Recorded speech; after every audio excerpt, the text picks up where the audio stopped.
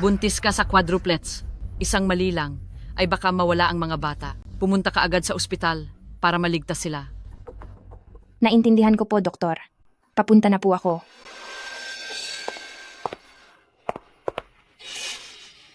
Siya si Rongyan, tama ba?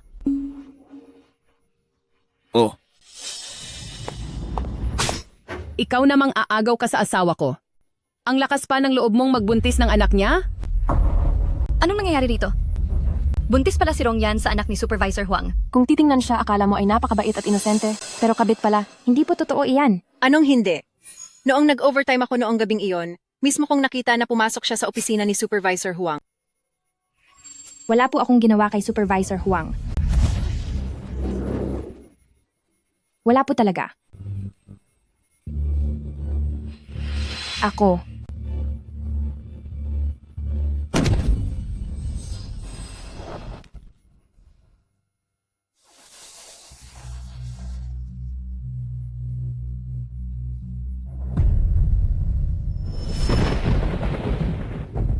Director Huang.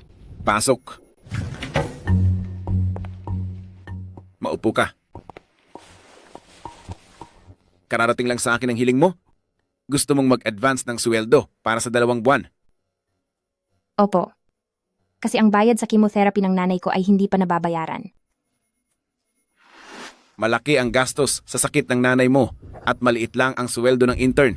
Ikaw, gusto mo bang maging regular sa trabaho para kumita ng mas maraming pera? Opo. Gusto ko po. Kung ganoon, depende na iyon kung paano ka magpapakitang gilas sa akin. Wag po. Halika rito, huwag ka nang magpanggap.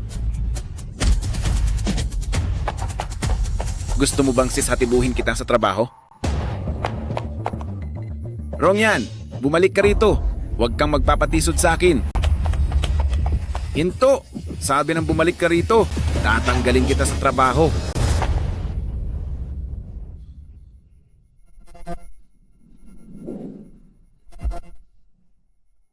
Inutusan ka ba ng naglason sa akin?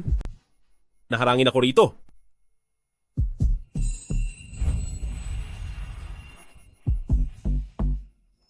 Lee. President Lee. Pasensya na po, President Lee. Nagkamali lang po ako ng elevator.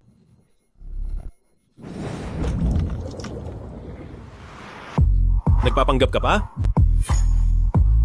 Pero, sa pagkakataong ito ang napili nila.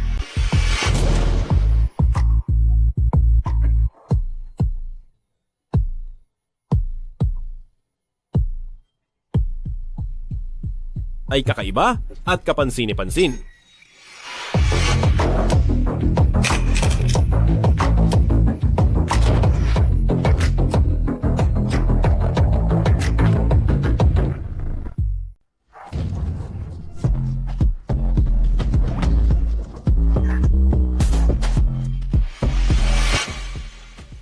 President Lee, ako.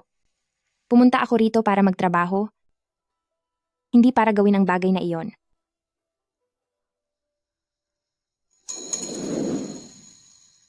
Mukhang marami ka pang hinihingi. Ayaw kong pinipilit ang ibang tao. Tulungan mo ako. At kahit anong kondisyon ay ibibigay ko sa'yo. Kapag pumayag ako sa kanya, maililigtas ko ba ang trabaho ko? Magkakaroon na si nanay ng pambayad para sa chemotherapy. Gusto ko pong maging regular sa trabaho.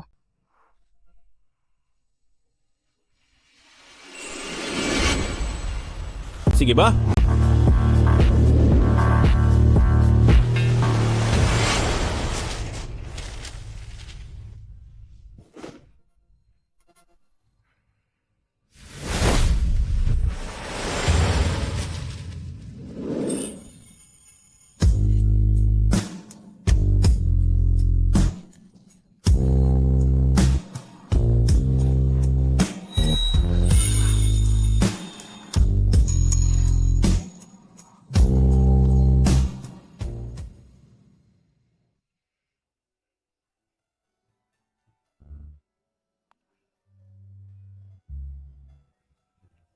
Lee. President Lee. Aalis na po ako. Para lang sa trabaho, ibibigay mo na ang sarili mo sa kung sino-sino lang. Ang unang beses ko ay napunta lang sa ganitong klase ng babae. President Lee, may masamang nangyari. Madam Lee, paparating na rito si Madam Lee at mukhang galit na galit. Ano na naman ang dahilan ngayon? Ngayon po, ito ay dahil sa...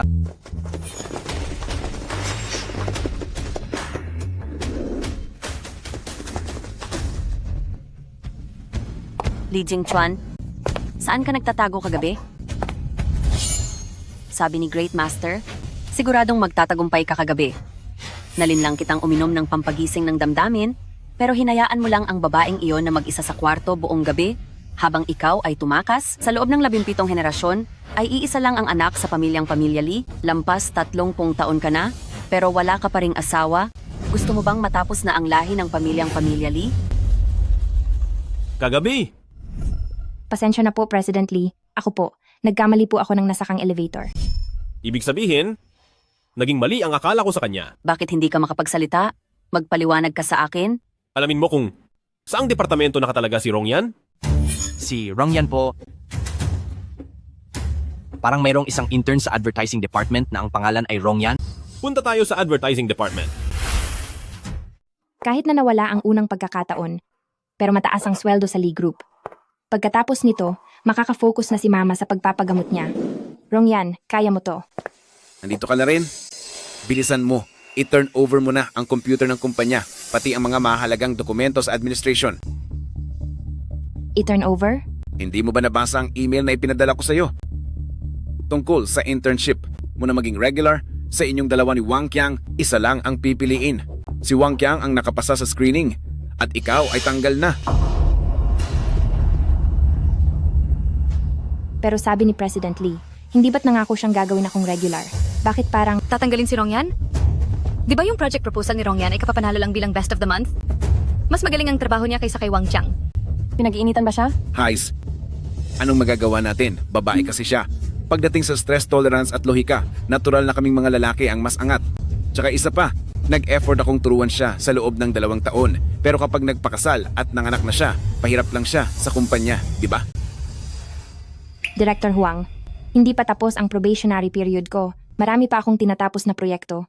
At kontento naman ang mga kliyente ko. Baka po pwedeng bigyan niyo pa ako ng isang pagkakataon. Kahit tapusin ko lang itong proyekto, dahil ang sakit ni Mama ay umaasa sa kikitain ko. Bibigyan ka pa ng pagkakataon? Para saan? Wala kang kapit?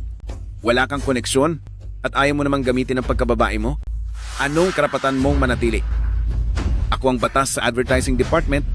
Kung gusto mong maiwan, maglakas loob kang makiusap kay President Lee. Sa katulad ni President Lee, imposibleng mapansin pa niya ang isang maliit na intern lang. At saka, walang pagkakataon si Rongyan na makilala si President Lee. Tama nga. Hemp, tulungan nyo si Rongyan na mag-impake at siguraduhin nyong makaalis na siya agad. Sige po, Director Huang.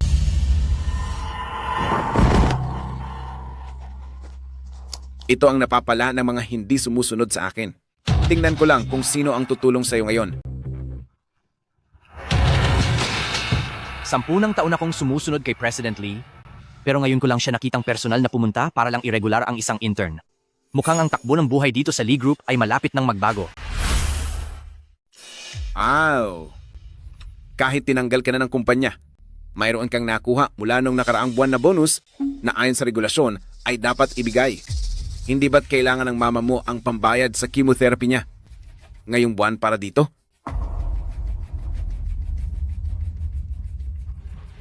Ay, sandali.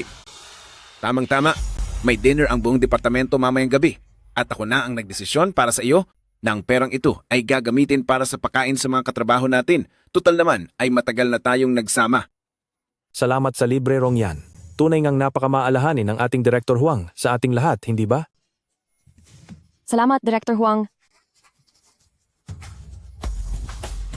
Director Huang, tumawag ang ospital kahapon. Sabi nila kapag hindi pa ako nakabayad para sa chemotherapy, ay palalabasin na si Mama sa ospital. Nagmamakaawa po ako sa inyo. Maaari niyo po bang ibalik sa akin ang panggagamot ng nanay ko? Para sa akin, huwag mo nang ituloy ang pagpapagamot sa mama mo. Hindi na rin naman siya gagaling. Bakit mo pasasayangin ang pera?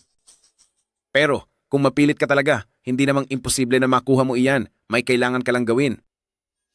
Tumahol, kagaya ng isang aso. Kapag maganda ang pagkakatahol mo, baka pag-isipan ko pa. Kung hindi pa mababayaran ang chemotherapy, ang pwesto ng mama mo ay kailangan na naming bawiin. Mama, basta magkaroon lang ng panggamot sa iyo, kakayanin ko ang anumang kahihiyan. Ayaw mong tumahol? Kung ganoon, aalis na ako. Gagawin ko po.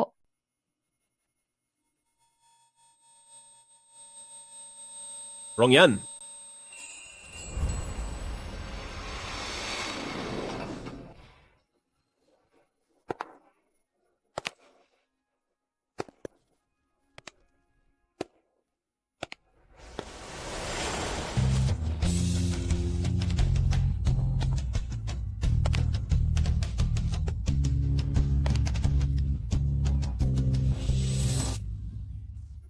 President Lee.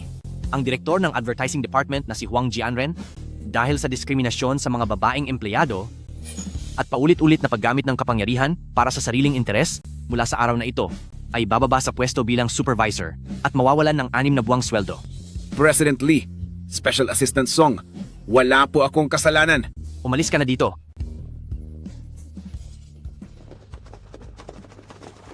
para lang manatili sa Lee Group ay ilang beses na niyang kinalimutan ang kanyang prinsipyo. Ano kaya ang binabalak ng babaeng ito? Salamat po, Special Assistant Song. Ginagawa ko lang ang tungkulin ko. Ikaw ang kauna-unahang babae na binigyan ng pansin ni President Lee sa loob ng mahigit 30 taon, kaya kailangang maging alerto ako. Kung masama ang pakiramdam mo, umuwi ka muna para magpahinga. Special Assistant Song, paalisin mo na siya. Alam ko na nga ba, hindi niya talaga ako gustong tulungan. Miss Rong, bigyan siya ng 2 araw na bayad na bakasyon. Pagkatapos ng 2 araw, asikasuhin mo na ang pagiging regular niya sa trabaho. Opo, sir.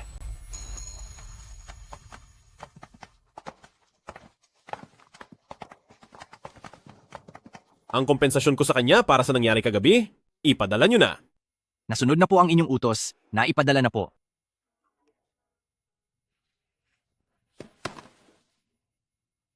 $2 milyong. $2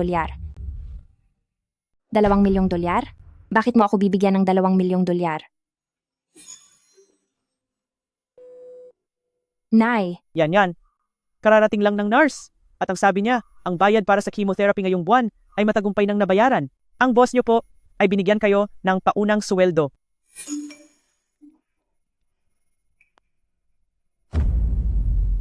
automatikong pagbabayad. Yan. Anong nangyayari sa iyo? Wala po ito, Nay. Opo, totoo pong ang kumpanya ay binigyan ako ng paunang sweldo. Magpahinga lang po kayo para gumaling agad.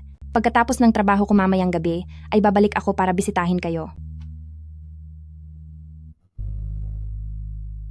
Hindi maaari. Hindi ko pwedeng kunin ang pera ni President Lee. Kailangan ko pang kumuha ng ilang sideline para mabayaran ko sa kanya ang $28,000.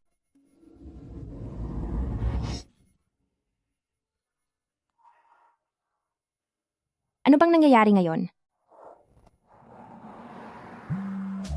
President Lee, tumatawag po ang matandang donya.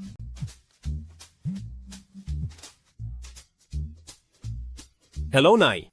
Kakasabi lang sa akin ni Great Master na parating na ang aking mga apo na tila mga anghel mula sa langit. Special Assistant Song, ayusin mo ang isang neurologist. Magpa-consultation ka para sa aking ina.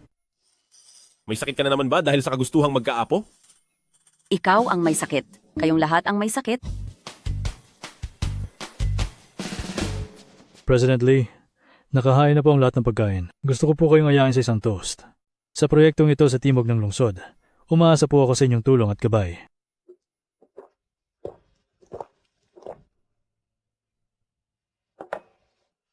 Rongyan, bilis! Nagmamadali na ang mga bisita sa mesa. Heto na po, papunta na. Nabalitaan ko na marami nang nainom ang mga bisita sa loob. Mamaya sa pagsisilbi natin ng alak. Mag-ingat tayo. Siya ba iyon? Bakit siya napunta sa ganitong lugar?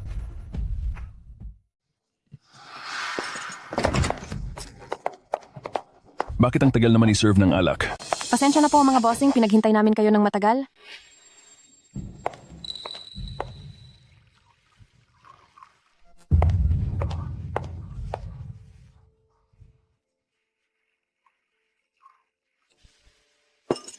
Huy, huwag ka munang umalis. Dahil naabala niyo kami ng mahabang panahon, uminom ka muna kasama ko para naman makahingi ka ng tawad sa amin. Kuya Daw, mali po namin na naging mabagal ang serbisyo. Hindi po siya marunong uminom.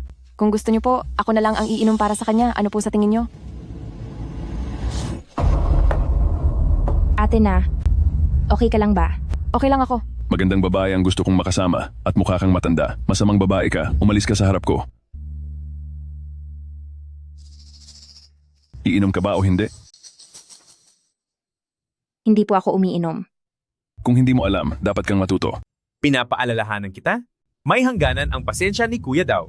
Kapag nagalit siya, baka hindi na kayo makatagal sa lugar na ito. Halika rito, Neng. Uminom tayo na magkakawing ang mga braso, Neng. Inuman na sabay. Inuman na sabay. Napakabagal mo. Inaantay mo ba na ako pa ang magpainom sa iyo? Hindi ko po kaya. Hindi po ako umiinom ng alak. Tama yan. Huwag kang magtago.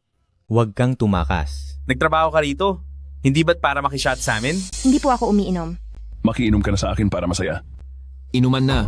Inuman na. Inuman na. Inuman na. Inuman na. Inuman na. Inuman na. Sige na, shot na.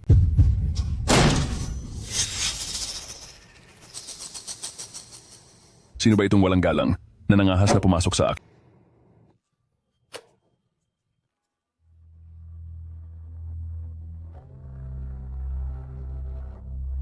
President Lee? President Lee. Bakit nandito si President Lee? Pasensya na po, President Lee. Lasing lang po ako. Hindi ko po kayo agad namukhaan. Hali kayo. President Lee, maupo po kayo. Hindi ba't ikaw ang nagpapadurog sa kanya ng alak kanina? Hindi siya umiinom.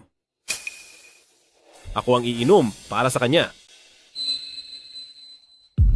President Lee, nagkamali po ako. Hindi ko po alam na sa inyo siya. Aling kamay ang ginamit mo pang hawak sa kanya?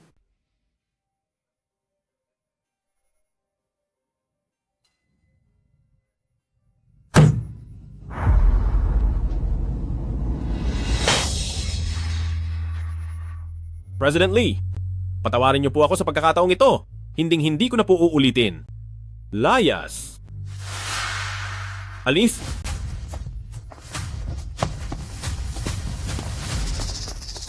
Bakit ka nagtatrabaho sa lugar na ito bilang tagapagsilbi ng alak? Kailangan ko lang po ng pera. Binigyan na kita ng $2 milyong pero hindi ka pa rin pala sapat.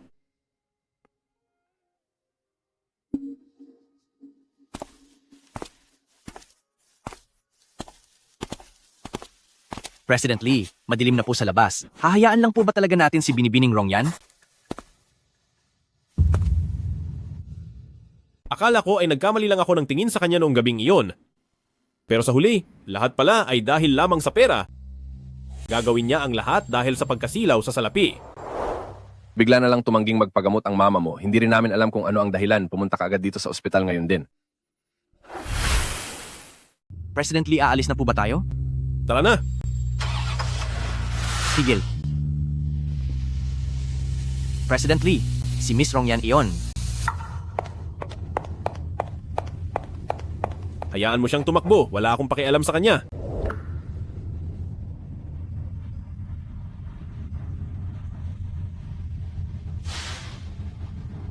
Sundan niyo siya. Opo, sir.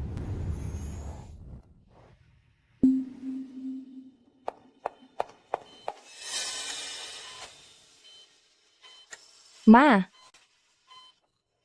Yan. Tapos na ang trabaho mo? Halika, tulungan mo na si Mama magligpit, tapos ay uuwi na tayo. Paglulutuan kita ng makakain sa bahay. Ma, bakit mo sinasabing ayaw mo na magpagamot? Dahil ba sa pera? Huwag mo na po alalahanin ang pera. Regular na ako sa trabaho. Malaki na ang sahod ko. Para sa gastusin sa kimo mo, huwag ka na po mag-alala. Yan. Ang sakit ni Mama, hindi na ito gagaling.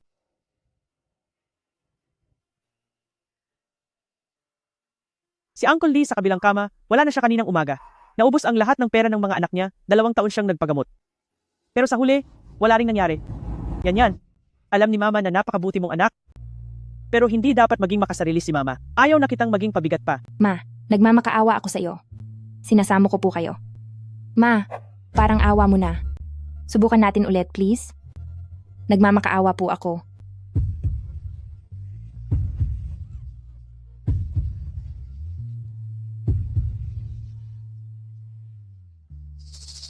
Hindi ko akalain na si Rongyan pala ay empleyado mo. Nahihirapan ang batang iyon. Walang silbi ang tatay niya, kaya lahat ng panggamot sa nanay niya ay galing sa dami ng part-time jobs niya. Kaya pala, ibinigay niya ang lahat para lang hindi mawala ang trabaho niya. Kaya naman pala, mukha siyang pera.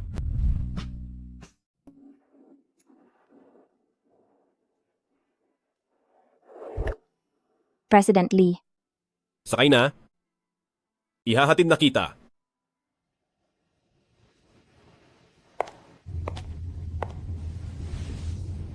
Kaklase ko si Dean Lee.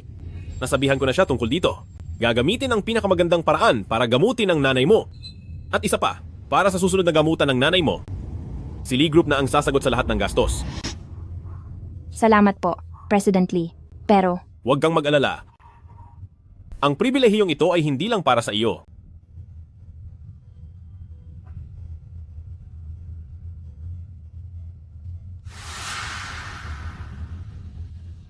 Sabi ng eksperto, nagtagumpay ka kagabi. Ibig bang sabihin ito? Buntis talaga siya sa anak ko?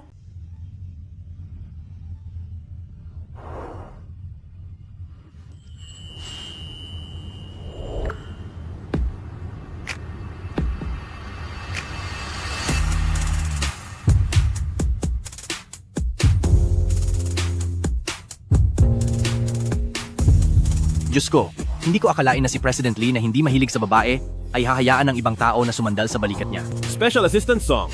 Nandito po ako. Hinaan mo ang boses mo. Ano po iyon, sir? Mag-ayos ka ng physical examination para sa lahat ng empleyado. Hindi ba't katatapos lang mag-organisa ng kumpanya ng check-up? Sige po, aasikasuhin ko na po agad. Ma, Yan. Bakit ngayon may oras ka na pumunta rito? sabi po ni President Lee kahapon, may half-day break ang lahat ngayong araw para sa aming physical exam. Kaya dumaan na rin ako rito para makita kayo. Si President Lee? Siya ba yung President Lee na naghatid sa iyo kahapon? Siya ay isang bigating boss. Pero bakit kahapon ay nag-abala pa siyang ihatid ka rito? Yan. Wala naman kayong ibang relasyon, di ba? Yan. Kahit na sa paningin ng iyong ina, ay nararapat sa iyo ang lahat ng pinakamaganda sa mundo. Pero para sa mga taong kabilang sa ganyang pamilya, madalas ay kontrolado ang kanilang pagpapakasal. Natatakot lang ang mama. Alam ko po iyon, Ma. Magkalayo ang ating mga mundo. Siya ay isang boss at ang pinakamayamang tao sa Jing City. Hi, hinding-hindi niya magugustuhan ng isang gaya ko. Kung ganoon ay mabuti. Ang baozi na ito yung galing sa kalsada ng Guanting, di ba? Halika rito, ito ang paborito mo.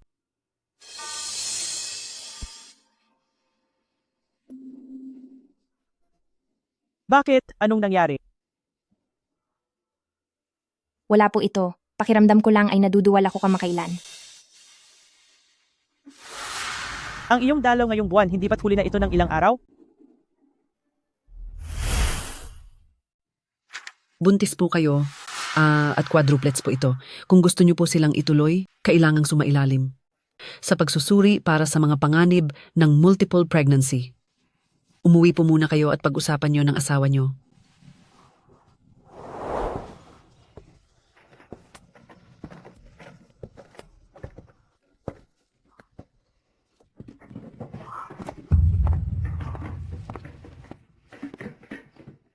Buntis ako at ang anak pa ng boss ang dinadala ko.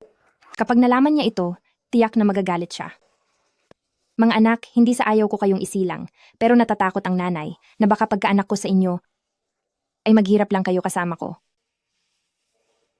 Magandang ate tita, heto po kain kayo. Mahal po ang candy na ito. Kapag kumain kayo nito, hindi na kayo malulungkot. Mama. Anak, mula bata ka ay hindi kita nabigyan ng buhay na katulad ng ibang bata na maraming kending makakain. Nagtatampo ka ba kay mama? Hindi po. Dahil mahal niyo po ako, masaya po ako at kontento araw-araw. Salamat po at isinilang niyo ako. Anak ko, Mga anak, gusto nyo rin bang makita ang mundong ito? Kahit na ayaw kayo ni President Lee, kaya ko namang mag-isa na palakihin kayo. Magandang araw po. Gusto ko po sanang mag-appointment para sa check-up ng aking pagbubuntis. Buntis siya.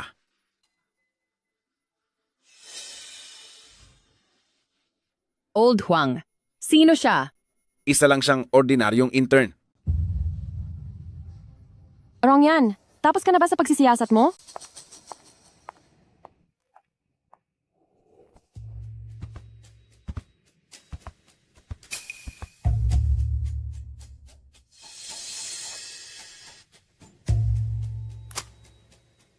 Tulog ka na ba? Magsuot ka ng maikling palda bukas pagpasok sa trabaho. Tapos, bagayan mo rin ng itim na stockings. Siguradong mas maganda iyon. Maikling palda, itim na stockings. Ang babaeng ito na nanunukso ng may asawa, napakawalang hiya mo. Mahal ko. Sandali, bakit? Hindi. Bakit mo tinitingnan ang cellphone ko? May mukha ka pang magtanong kung bakit. Dapat nga ako ang nagtatanong sa iyo. Ano ang ibig sabihin nito? Siya ang unang nanukso sa akin. Ako. Alam ko na nga ba? Gusto mong sirain ang pamilya ko? Humanda ka sa akin, hindi kita sasantuhin. Sandali, hindi ganoon. Mahal ko, pakinggan mo muna ako. Mahal ko. Halika rito. Aray, aray, aray. Huwag mo naman akong ipahiya rito. Siya si Rongyan, di ba? Walang hiya kang kabit ka. Misis ko. Manahimik ka. Tatapusin ko muna siya. Pagkatapos ay isusunod kita. Wala kaming namamagitan kay Supervisor Huang. Wala kaming ginagawang masama. Wala talaga. Anong wala? Ano? Tung nasa mga message nyo. Hating gabi na, tinatanong mo pa kung nasaan ang asawa ko. Anong balak mo? Ako, gusto ko lang itanong sa kanya kung pwede bang kumuha ng advance na... kailangan pa bang itanong yan? Uhaw lang yan. Bakit mo tinatakpan ang mukha mo? Ngayon marunong ka ng mahiya? Dalian niyo, kunan niyo siya ng litrato, i-post natin sa internet. Tama. Ang mga ganitong galing sa probinsya, gumagamit ng maduming paraan para makaangat. Marami na akong nakitang katulad niya. Hindi ko nilalandi si Supervisor Huang. Siya ang mismong... Gusto mo pang ibaling ang sisi sa lalaki? Kung hindi mo siya nilalandi, mapapansin ka ba niya? Oo nga. May gunting ba kayo rito? Gugupitin ko ang buhok niya. Tignan ko lang kung makakapanukso pa siya ng mga lalaki.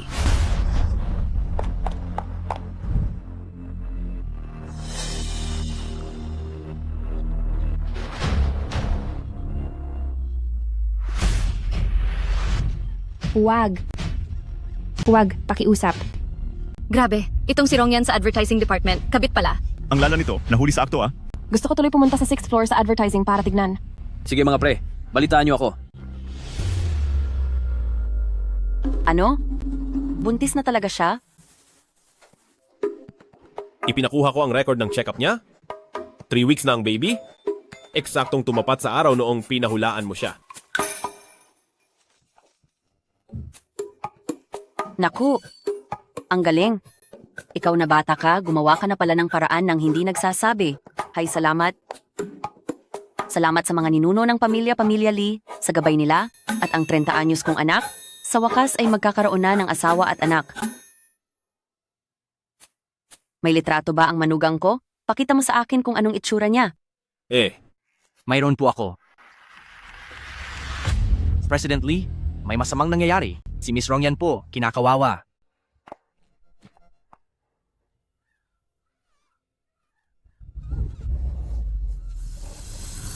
Parang gusto na nilang mawala sa mundo. Anong lakas ng loob nilang saktan ang manugang ng pamilya? Pamilya Lee!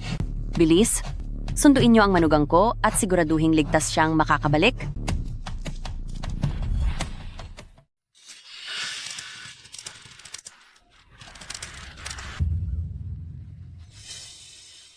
Kinalbo ko na ang babaeng ito para makita niya na hindi na siya makakaakit pa ng kahit sinong lalaki. Teka, nasugatan ba siya? Ang anak ko. Ang anak ko. Sa tingin ko, Marahil ay dapat na natin siyang dalhin sa ospital. Baka may mangyaring masama sa kanya. Hemp, bakit pa magpupunta sa ospital? Hindi naman kilala ang ama ng dinadala niya. Mas mabuti pang mawala na ang bata. Hindi maaari dahil kapag ang batang dinadala ni Rongyan ay kay President Lee, tiyak na lagot na ako. Wife, talagang hindi ko anak ang batang yan, kaya wag na nating palakihin ang gulo. Dahil lang sinabi mong hindi mo ito anak, maniniwala na ako? Sa tingin ko ay naaawa ka lang sa kanya at gusto mo siyang protektahan, di ba? Opo, wife, makinig ka muna sa paliwanag ko. Ang totoo niya noong araw na yon ay... Anak, ibubuhos ni Mami ang lahat. Mailigtas lang kayo.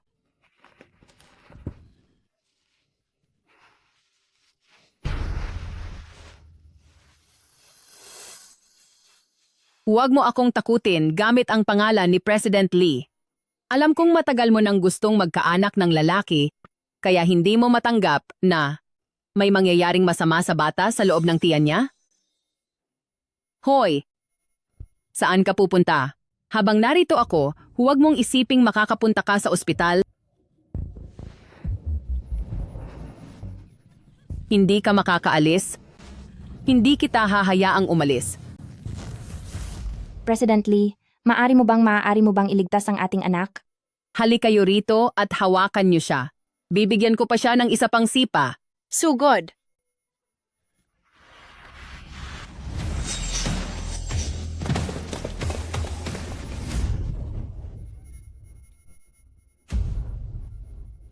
Nagmamakaawa ako sa inyo. Pakawalan niyo ako.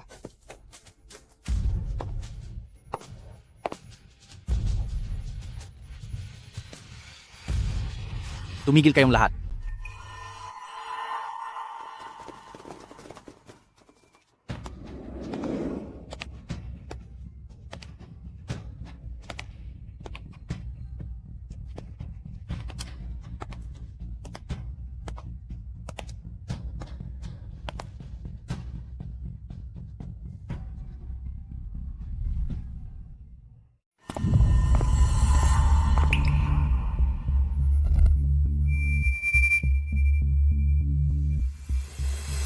Sino ba kayo?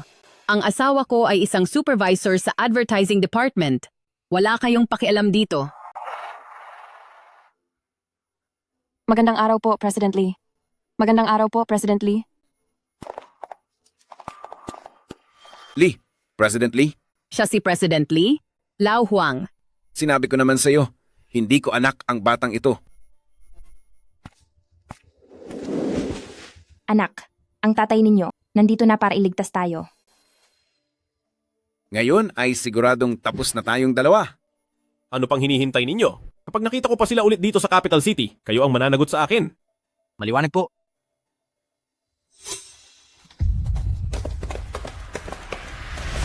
Patawad po, President Lee. Umalis ka sa harap ko. Bitawan niyo ako. Bitawan niyo ako, sabi. Wrong yan. Magpakatatag ka.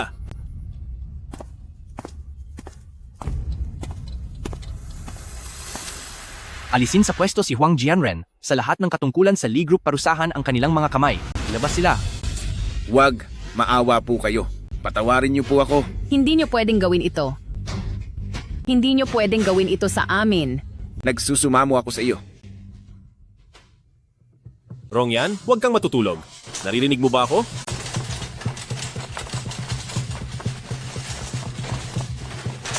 Huwag kang mag-alala. Gagawin ko ang lahat para mailigtas ang bata sa sinapupunan ni Miss Rongyan.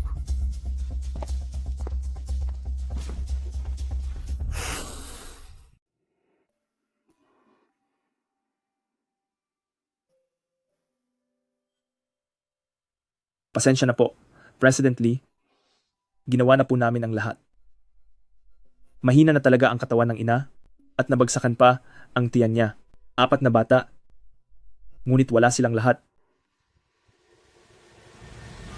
Huwag. Anong nangyayari? Nanaginip ka ba ng masama? President Lee,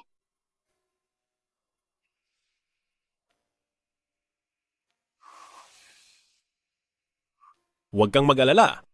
Ligtas ang mga bata. Sabi ng doktor, bahagya ka lang naubusan ng dugo dahil sa tulakan. Nalaman pa rin ni President Lee na may dinadala ako. Siguradong galit na galit siya. Buntis ka sa anak ko? Bakit hindi mo sinabi sa akin? Ako. Pasensya na po, President Lee. Alam kong hindi ako karapat-dapat na magkaanak sa inyo. Huwag po kayong mag-alala. Bubuhayin at palalakihin ko silang mag-isa. Pakiusap, huwag niyo silang alisin. At saka, maaari po bang huwag kayong mabilis magalit at sibakin ako? May pamilya po akong binubuhay. Kailangan ko ang trabahong ito. Isa pa, ang pagsisibak sa buntis ay labag sa patakaran. Ano bang tingin mo sa akin? Hindi kita sisisibakin. Pero, sa pamilya Lee, hindi pinapayagan ang pagkakaroon ng anak sa labas. Patay. Gusto pa rin niyang alisin ang mga bata. Ayaw niyo po sa mga anak sa labas? CEO, ibig bang sabihin nito ay aalisin niyo talaga ang anak ko? Pakiusap po sa inyo, President Lee. Walang kasalanan ng 4 na mga bata. Pakiusap, huwag niyo silang alisin. Sa totoo lang, itong utak mo, ano-ano bang kung ano-anong iniisip niyan? Sino ang nagsabing aalisin ko sila? Pero hindi ba't sinabi niyo lang kanina na sa pamilya Lee ay hindi pinapayagan ang mga anak sa labas?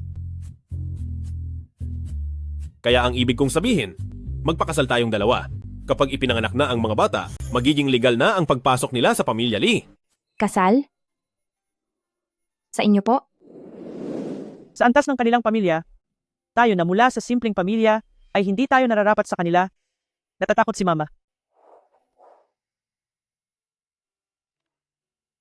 Noong nakuha ko ang resulta ng check-up mo, nakapag-isip na ako.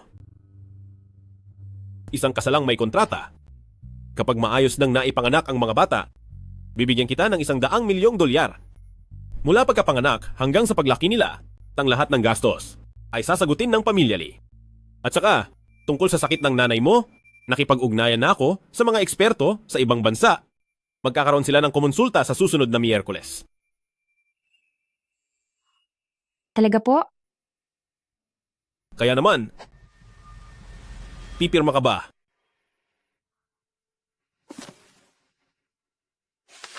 Kapag may marriage certificate na, ang 4 na bata ay magiging legal na bilang residente ng Beijing.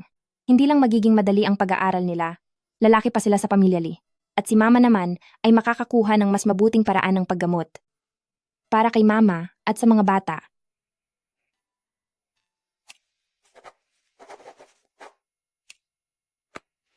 Anong ginagawa mo? Hindi ba tayo pupunta para magpakasal na? Sabi ng doktor, kailangan mo munang magpahinga ng 2 araw. Pagkatapos ng 2 araw ay doon na tayo magpapakasal. Hindi kailangang magmadali. Patay. Nakakahiya talaga. Bakit ako ang naging masyadong mapusok?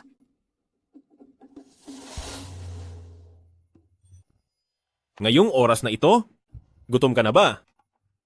Medyo po. Pasok? Pasok.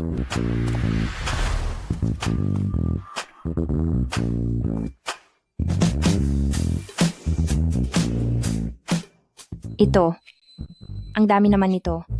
Sabi ng doktor, kulang ka sa nutrisyon sa mahabang panahon. Kaya dapat tayong bumawi ng dahan-dahan. Ang mga ito ay para sa mga buntis. Ano ang gusto mong kainin? Ikukuha kita. Sa dami ng tao rito, paano ako kakain? Opo.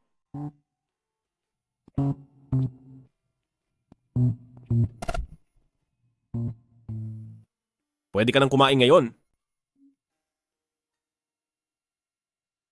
Hindi ko akalain na ganito maalaga si President Lee. Salamat. May kailangan pa akong asikasuhin sa opisina. Kumain ka na muna, babalikan kita kapag tapos na ako. Sige. Nga pala, President Lee, maaari ba akong bumisita kay nanay? Pagkatapos mong kumain, pwede kang pumunta. Salamat.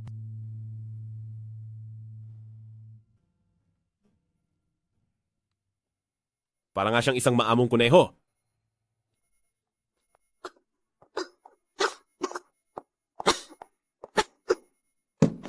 Yan.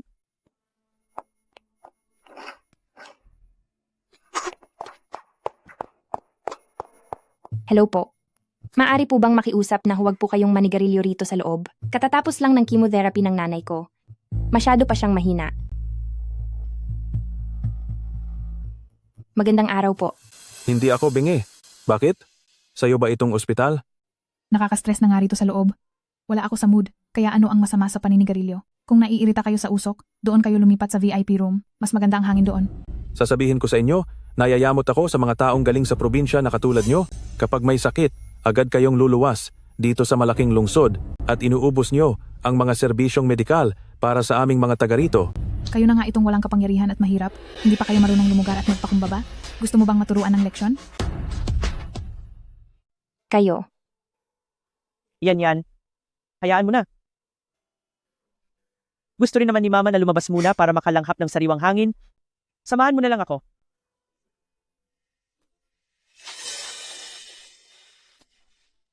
Ma, President Lee, hindi ba't nag-arrange siya ng pribadong kwarto para sa inyo? Bakit ayaw niyo pong pumunta doon? Ano kaya kung...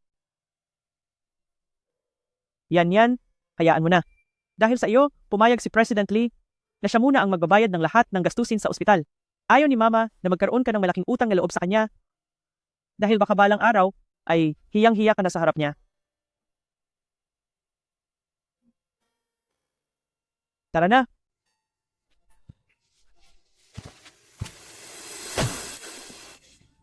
Ma,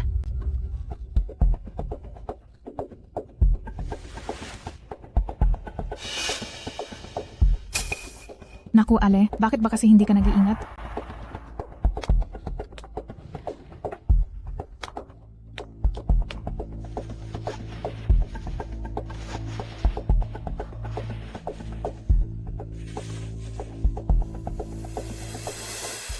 bakit niyo po ginawa iyon? May sakit na leukemia ang mama ko, hindi titigil ang paglabas ng dugo kapag nasugatan siya. Bakit niyo siya sinadyang itumba? Sinong nagtumba sa kanya? Nakita mo ba kaming tinumba siya? Sadyang mahina lang ang katawan ng mama mo. Hindi na niya kayang tumayo ng maayos. Bakit mo isisisi sa iba? Tama. Sinabi ko lang naman na huwag kayong manigarilyo sa loob ng kwarto. Wala naman akong ginagawang masama sa inyo. Bakit niyo ginagawa ito sa amin? Sinasabi ko rin sa'yo na wala ako sa mood at malas nyo lang na ako ang nakaharap nyo. Sasabihin ko sa'yo, ang tatay ko ay ang chief surgeon sa ospital na ito at sa maniwala ka o hindi, isang salita ko lang, mapapalayas ko na kayo agad dito. Basura. Kung hindi kayo naniniwala, subukan niyo. Sige, subukan natin. Gusto kong makita kung sino mang chief ang may ganoon kalakas na kapangyarihan. Sino ba kayo? Siya ay ang may-ari ng pinakamalaking share sa ospital na ito, ang presidente na si Lee Group. President Lee. Sinabihan ko na ang direktor ng ospital. Nasa kwartong ito, si Tita Chen lang ang dapat manirahan. Sinong chief ang nagdesisyon? Napapasukin ng dalawang ito? President Lee, patawad po. Pasensya na po. Ako po, hindi ko dapat ibinaling ang galit ko sa ibang tao. Patawarin niyo na po ako sa pagkakataong ito. Alam mo na ang dapat mong gawin, hindi ko na kailangang magsalita pa, di ba? Naiintindihan ko po. Kayong dalawa, kausapin niyo na ang tatay niyo. Tapos na ako. Siguradong parurusahan ako ng malala ng tatay ko.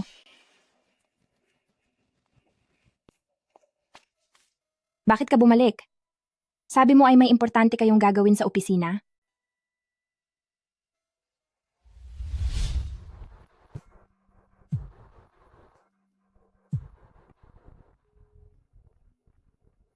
Umutra ka. Bumalik tayo? Ano po? Pero, nagmamadali na po ang opisina na makita kayo. Baka aksidente lang na. Napindot ni Ma'am Rong yan? Opo.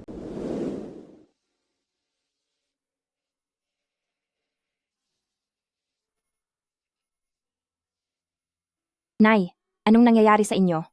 Masakit ba ang sugat nyo? Masaya lang ang nanay. Nakita ng nanay na may taong tapat na nag-aalala sa iyo. Kung darating man ang araw na ang nanay ay wala na, Nay, huwag po kayong magsalita ng ganyan. Huwag po kayong mag-alala, tita. Papakasalan ko si Rong yan. Aalagaan ko ang bata. At siya rin. Kahit na. Sinasabi niya lang ito para paamuhin si nanay. Pero, nakikita ko Natapat ang pagmamalasakit mo sa aming yanyan. Namin, sana ay panindigan mo ang iyong mga sinabi. Tungkol sa kasal ninyong dalawa, pumapayag na ako.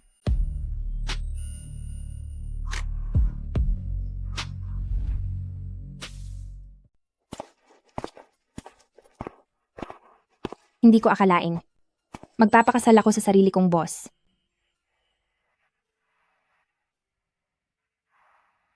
Talagang nahulog na ang loob ni President Lee. Parang huling-huli na siya sa bitag at hindi na makaalis. Nga pala, President Lee. Tungkol sa kasal natin, maaari bang huwag muna natin itong ipaalam sa lahat?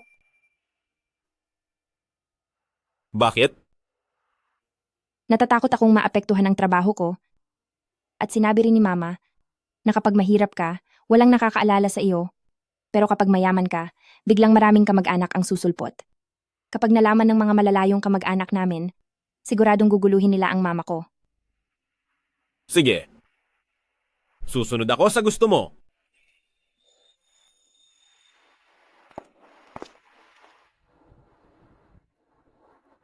President Lee, saan mo ba ako dadalhin? Kay Pamilya Lee, gusto kang makita ng mama ko. Ano? Ngayon na? Bakit? Ayaw mo ba siyang makita? Hindi naman sa ayaw ko. Natatakot lang ako. Bakit naman? Napakahusay mo. At galing pa sa isang mayamang pamilya, siguradong hindi magugustuhan ni Pamilya Lee ang isang taong tulad ko na galing lang sa maliit na probinsya. Hindi yata ako ang tipo niyang maging manugang.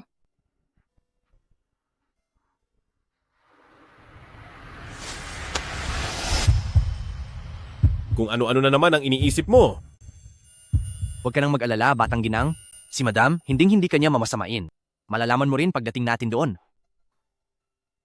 Kung ganoon, ano po ba ang kailangan kong paghandaan? Sa pagharap sa mga magulang, hindi mo kailangang isipin kung paano gagawin para matuwa sa iyo ang mga magulang niya, kundi tingnan mo kung ang pamilya ba nila ay magugustuhan mo.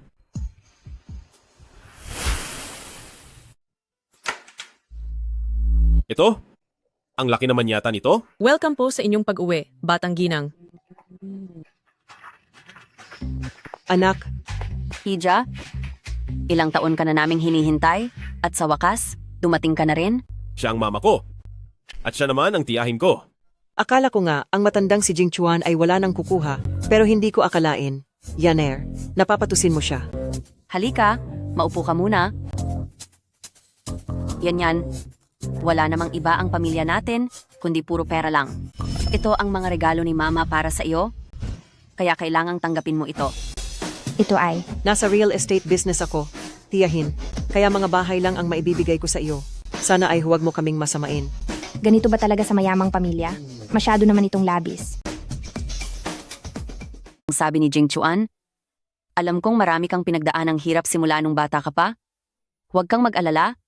Ngayong ikinasal ka na sa pamilya Lee namin, andito kaming dalawang nakatatanda para protektahan ka ng mabuti. Salamat po. Mama, salamat po, Tiyay. Siya nga pala, itong pagbubuntis, talagang paiba-iba ang emosyon. Kung may nararamdaman kang hindi maganda, siguraduhin mong sasabihin mo sa amin. May kailangan pa akong asikasuhin sa kumpanya, kaya mauuna na muna ako. Yan. Pagod ka ba? Nagpahanda na ako ng pampaligo mula ito sa natural na hot spring sa bundok. Mabuti iyan para sa katawan mo. Magbabad ka ng konti para makapagpahinga ka ng komportable. Sige po, bale. Tara na. Sasamahan ka naming umakyat. Halika rito. Mauuna na ako. Sir, President Lee.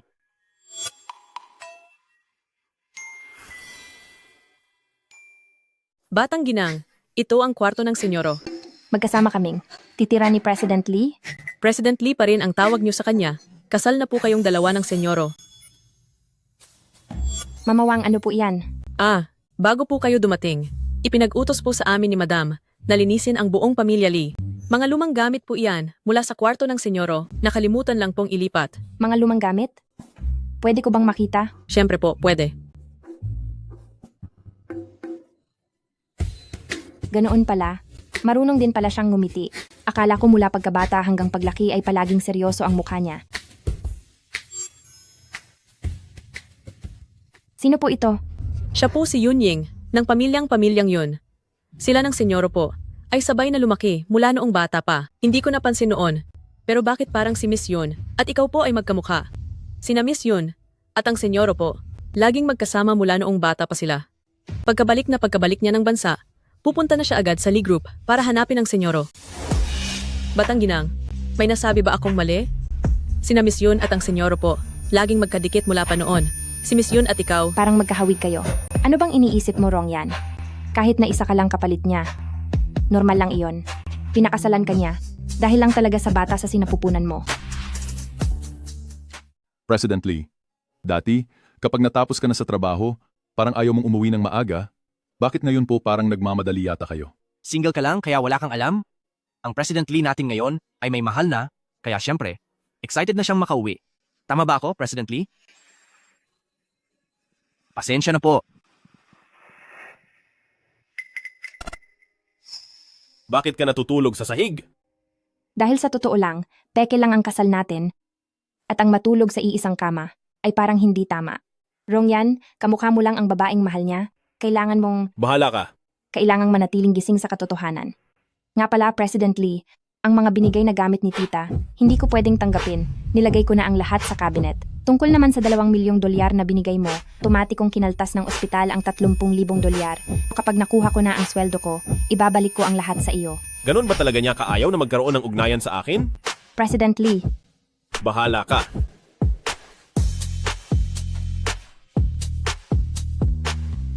Dito ka na matulog sa itaas. po, May dinadala kang bata, hindi komportableng matulog sa sahig. Magpalit na tayo. wag na po, okay lang. Ito ay isang utos. Anong nangyari kay President Lee? Bakit bigla siyang nagalit?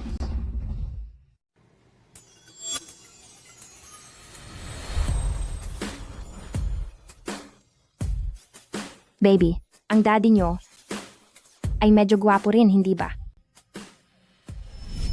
Kaso, mayroon na siyang ibang gusto.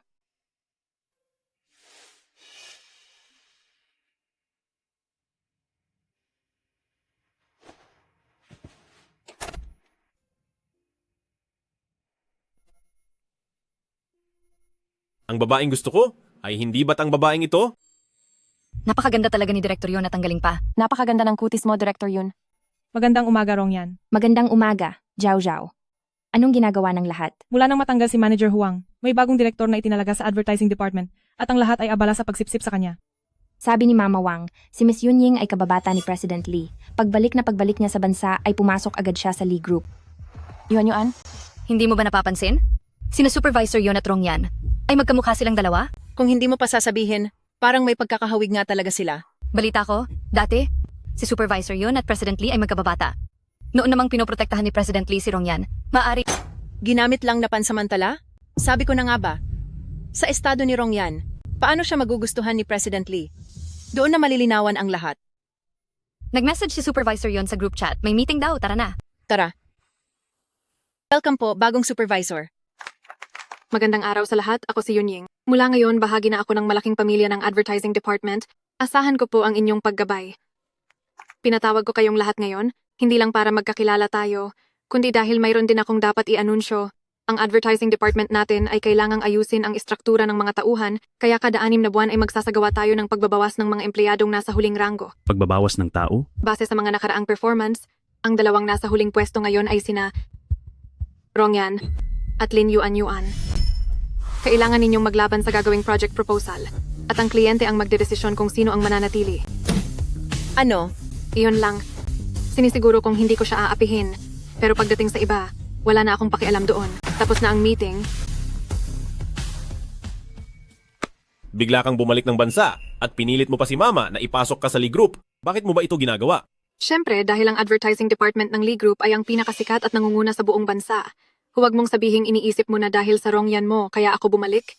Pangako, hinding-hindi ko siya aapihin. Alang-alang na lang sa pagligtas ng nanay ko sa nanay mo, pumayag ka na pong magtrabaho ako. Gawin mo na ang lahat ng makakaya mo. Pero sa huli, ang mananatili sa Lee Group ay walang iba kundi ako. Kailangang manalo ako sa gagawin kong planong ito.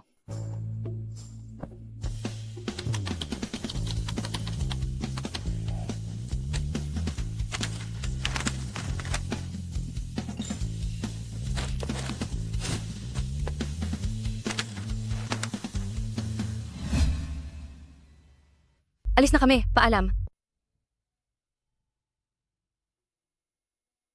Sige na, babay. Bye-bye. Paalam. Rongyan, hindi ka pa ba uuwi? May tatapusin lang po ako sandali. Mauna ka na. Mag-iingat ka sa daan, babay.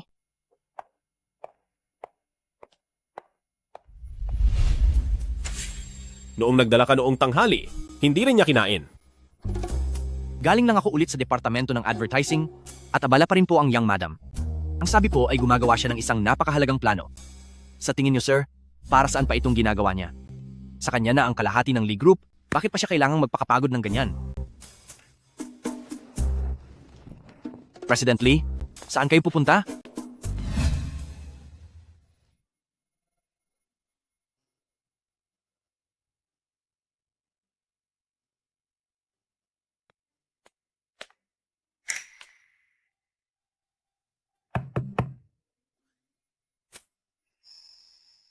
President Lee. Bakit ka nandito? Sandali, President Lee, ano ba? President Lee, saan mo ba ako dadalhin?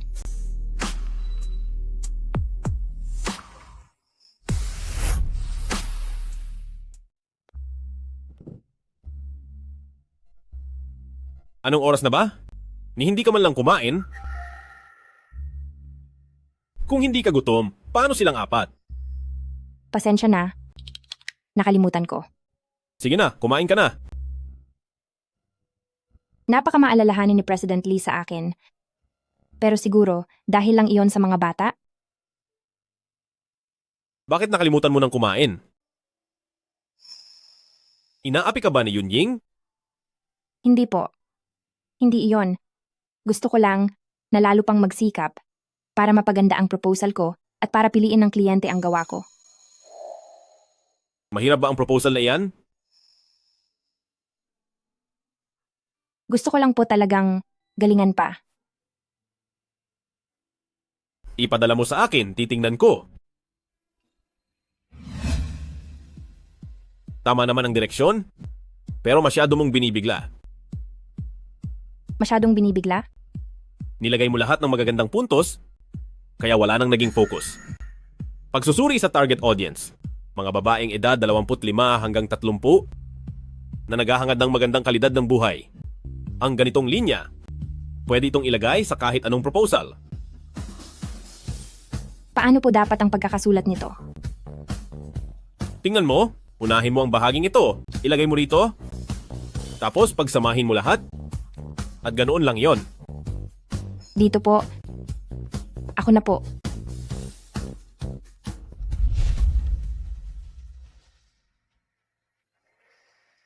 Gusto kitang hagkan.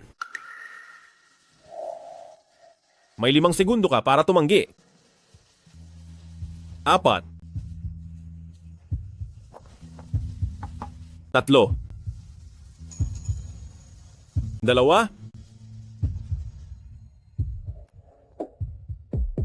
1.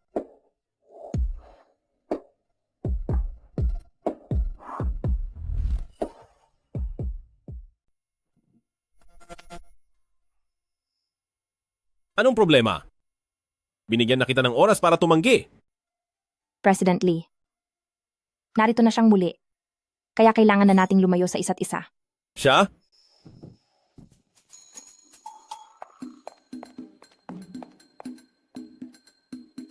Siya ay nagseselos ba? Plano ng labanan at pagtanggal sa huli, gusto ni Yunying na gamitin ito para apihin ang tauhan ko. Gusto na ba niyang magbayad?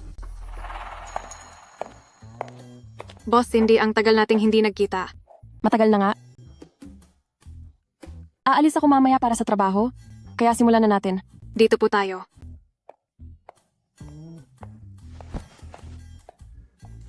Boss Cindy, ako po si Lin Yuan mula sa Lee Group Advertising Department. Ako na po ang mauunang magbahagi ng aking mga plano. Ito ay ang ginawa kong plano.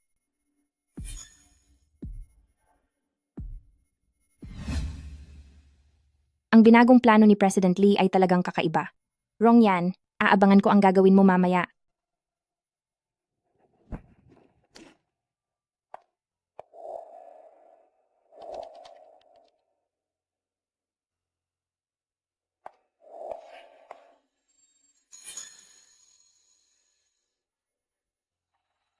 Anong nangyari kay Direktor yon? Kahit pala ang direktor ay ayaw sa iyo, Rongyan, maghintay ka na lang. Sa pakikipagtulungan sa ating mga katuwang na organisasyon, sabay nating palalawakin ang ating merkado. Iyan po ang aking buong plano.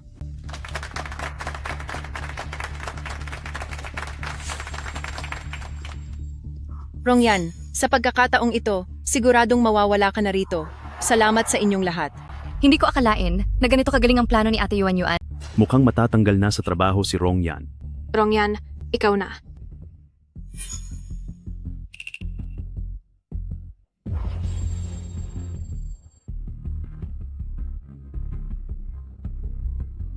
Ang aking plano po ay nailahad na ng buo ni Lin Yuan Yuan para sa akin. Anong ibig niyang sabihin? Si Ate Yuan Yuan ba? Ay nagnakaw ng kanyang plano?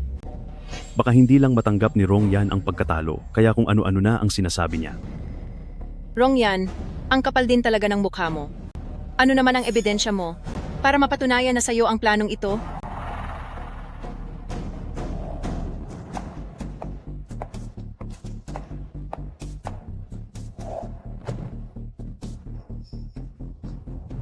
Sabi kanina ni Lin Yuan Yuan, gumawa siya para sa brand ng isang cartoon IP na maliit na kabayo. Doon sa kabayong iyon ay nakasulat ang aking pangalan.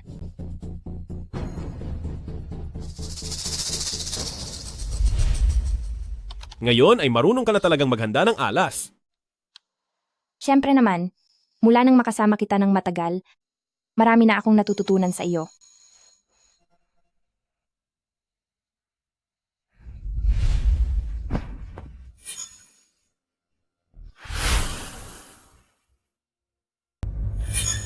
Director Yun, okay na sa akin ang plano ni Rongyan. Nagmamadali pa ako, kaya mauuna na ako.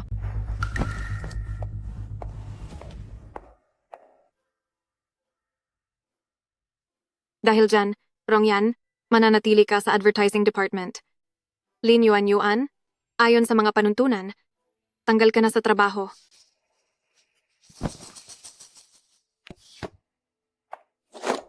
Rongyan, isang hamak na taga-ibaba ka lang. Anong karapatan mong agawin ang pwesto ko? Sinong umaagaw sa pwesto mo? Nagtatrabaho tayong lahat batay sa sariling kakayahan. At saka, maliwanag naman na ninakaw mo ang plano ko. Buntis ka na, bakit ayaw mo pang umalis sa kumpanya? Hindi kailangan ng kumpanya ang mga pabigat na tulad ng mga buntis. Hindi mo ba naiintindihan iyon? Magaling? Ito ang resulta na gusto ko. Director Yun, medyo naging emosyonal lang ako kanina. Dito sa conference room, wala namang CCTV, di ba? Ako, medyo masama ang pakiramdam ko. Mauuna na ako.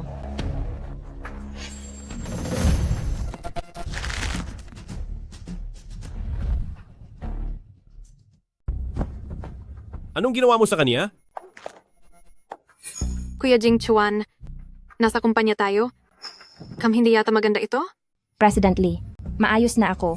Pakawalan mo na siya. Hindi maganda kung makikita tayo ng mga katrabaho.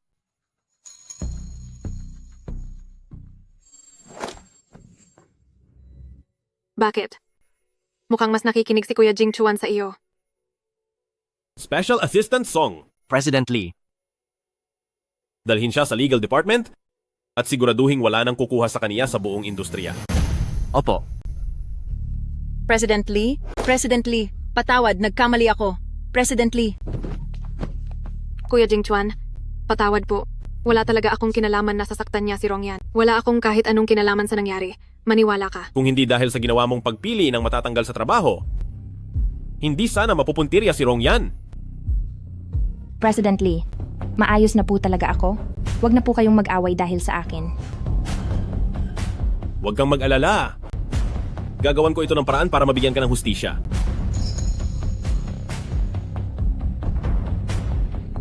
Sumama ka sa akin.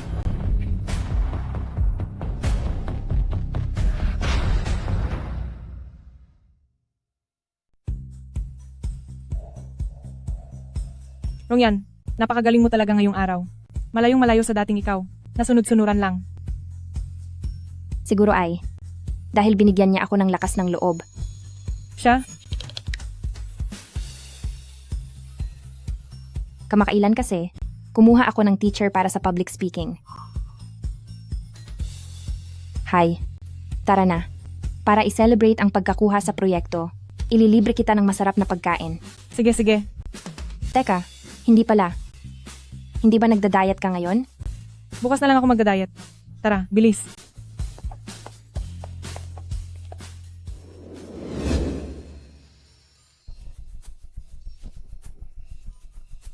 Hindi ba sina President Lee at Director Union?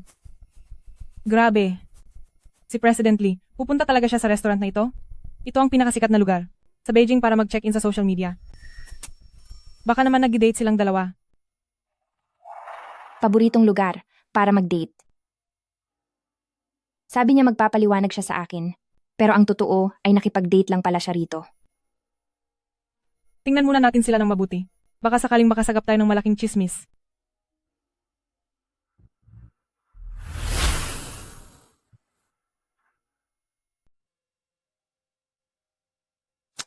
Sina President Lee at Director Yun, nagde-date nga talaga sila. Yan. Songche, anong ginagawa mo rito? Nagtatrabaho ako rito bilang part-time para sa matrikula ko. Yan. Sino ito? Siya ay kaklase ko noong kolehiyo. Alam ko kung ano ang gusto mong kainin. Hintayin mo ako.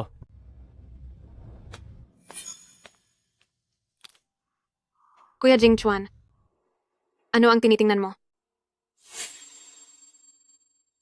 Ginawa mo ang lahat para papuntahin ako rito?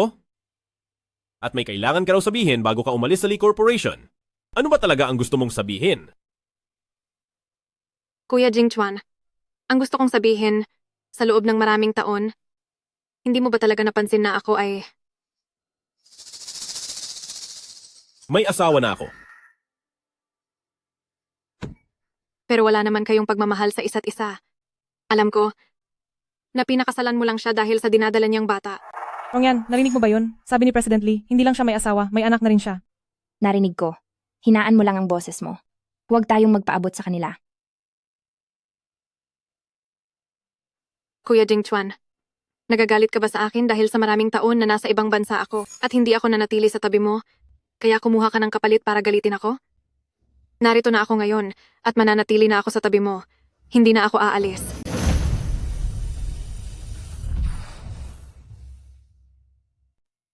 Masyado kang maraming iniisip. Para sa akin, anak ka lang ng kaibigan ng mga magulang ko. Hindi ka man lang maituturing na kaibigan. Tigilan mo ang kakatawag ng kuya dahil hindi naman tayo magkadugo.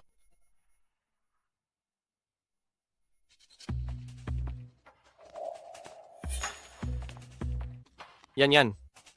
Ayos ka lang ba?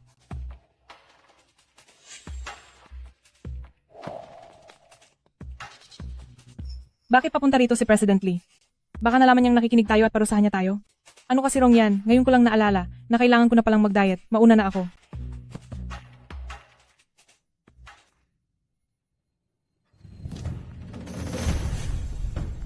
Asawa ko siya. Kaya ako na ang gagawa ng mga bagay na ito. President Lee, mukhang galit si Director Yun. Sundan mo siya. Bakit ko naman siya susundan? Hindi ba siya ang iyong... Songche, ligpitin mo na ang lamesa sa number 6. Sige po. Yan. Tawagin mo lang ako kapag may kailangan ka. Magsalita ka? Bakit ko kailangang sundan ang babaeng iyon?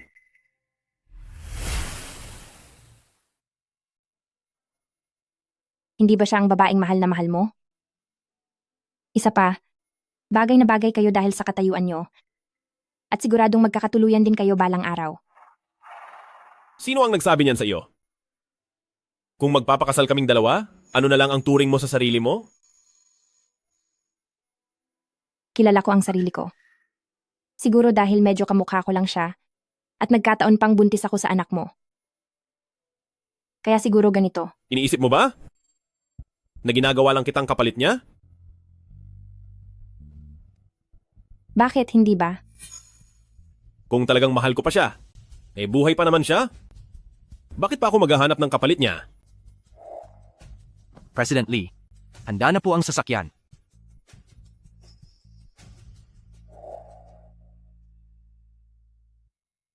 President Lee, hindi niyo po ba isasabay ang asawa niyo? Bakit ko naman siya isasabay pa uwi? Maghanda ka na lang ng sasakyan para sa kanya. Lagyan mo ng malambot na unan, tapos maghanap ka ng maingat na driver, hayaan mo siyang umuwi mag-isa. Wala akong panahon na asikasuhin pa siya. Hindi kaya. Maling-mali talaga ang akala ko sa kanya.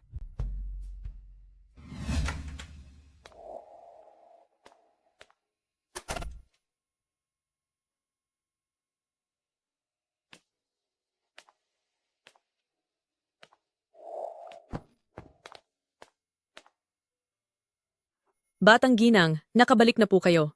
Nag-utos si President Lee na ipaghanda kayo ng masustansyang sabaw. Kukunin ko lang po para sa inyo. Yan. Halika ka rito, bilis. May itatanong sana ako sa iyo. Kayo ba ni Jing Chuan ay nag-away? Pagdating niya kanina ay parang galit na galit siya. Ang sama ng tingin sa kahit na sino rito. Ma, parang po kasi. Nagalit ko siya.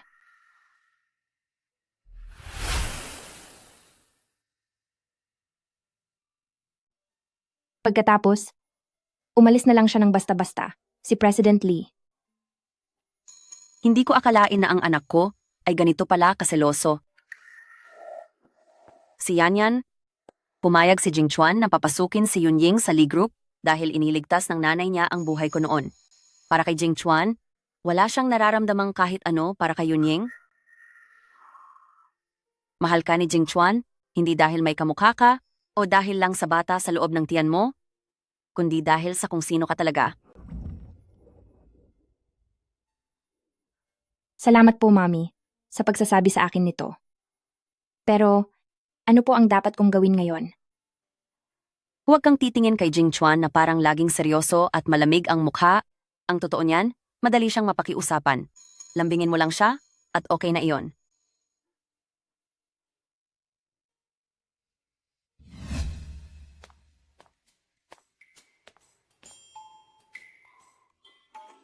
Huwag mong titingnan si Jing Chuan sa kaniyang seryosong mukha araw-araw kasi ang totoo, madali siyang mapalambot. Konting lambing lang sa kaniya, ayos na.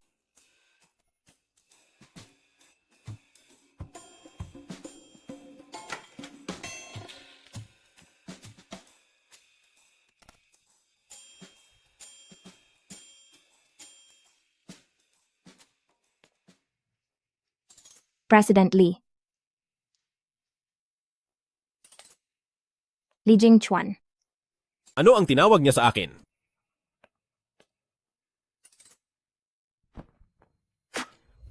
Anong kailangan mo?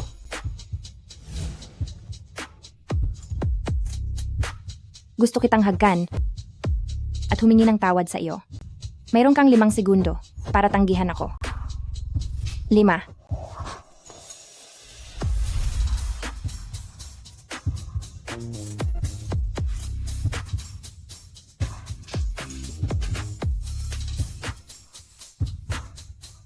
President Lee.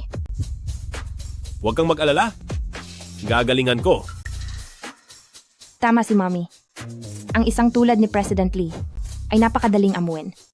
Pero, sino ang pwedeng sumaklolo sa akin?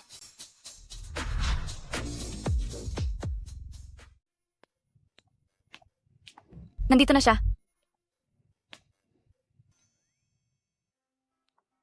Rongyan,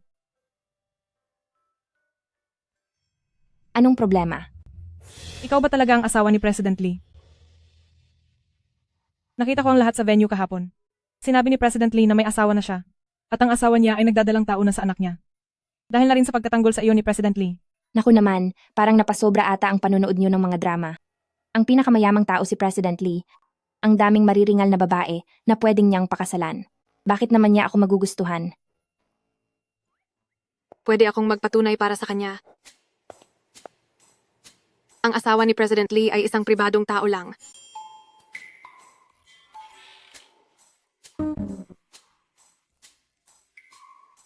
Rongyan, pwede ba kitang makausap ng pribado?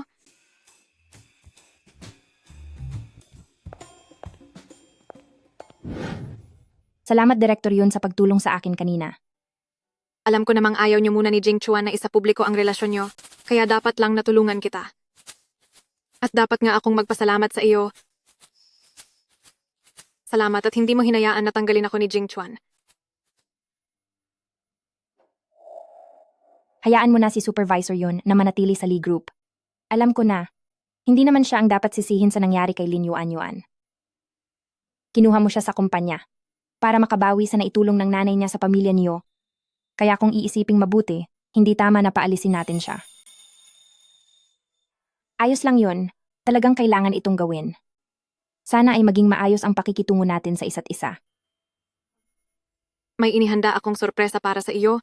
Tara na, tingnan natin.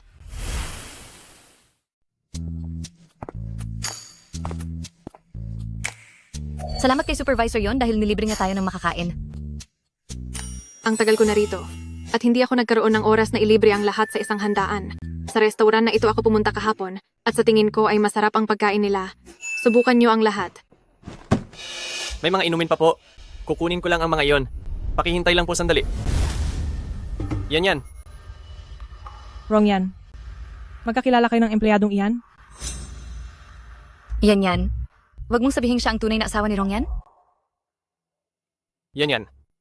Kahapon ay may mga bagay na hindi ko nasabi sa iyo. Baka pwedeng mag-usap muna tayo sa sarili. Sino ba talaga siya? Oo nga, sino ba itong taong ito?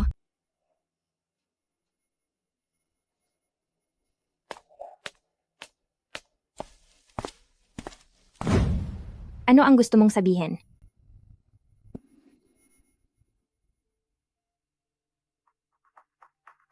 Yan. Pwede pa ba nating ibalik ang dati? Anong pinagsasabi mo? Hindi mo ba narinig ang sinabi ko kahapon? May asawa na ako. Alam kong para lang sa bata kaya. Nagpakasal ka sa taong hindi mo mahal. Talaga bang para sa bata ay pababayaan mo na ang sarili mo? Songche, tapos na tayo ng tuluyan. Inaasahan ko na simula ngayong araw, ay mapapanatili mo ang tamang distansya sa akin. Ang saya naman natin dati. Hindi ako naniniwalang nalimutan mo na ako ng ganap. Sa relasyon mong iyan, araw-araw ka nang naglalaba at nagluluto para sa kaniya, ikaw pa ang kumikita ng panggastos niya para sa board exam. Si Songche ay mukhang naghahanap lang ng sarili niyang nanay. Nakapokus kasi siya sa pag-aaral para sa board exam, kaya wala na siyang oras para sa ibang bagay. Pero sinabi naman niya, pamumuhunan daw itong ginagawa ko, at kapag nakapasa na siya, ibibigay niya sa akin ang magandang buhay. Sige, sana nga ay tuparin niya ang kaniyang pangako.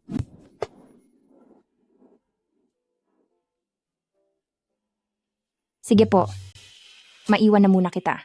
Sabado ngayon, kailangan ko pang mag-deliver ng marami para maibili ko siya ng masarap na pagkain.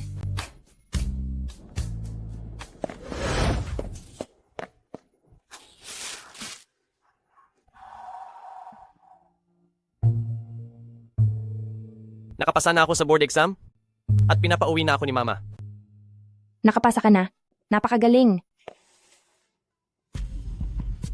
Maghapon kang nag-deliver? Amoy pawis ka.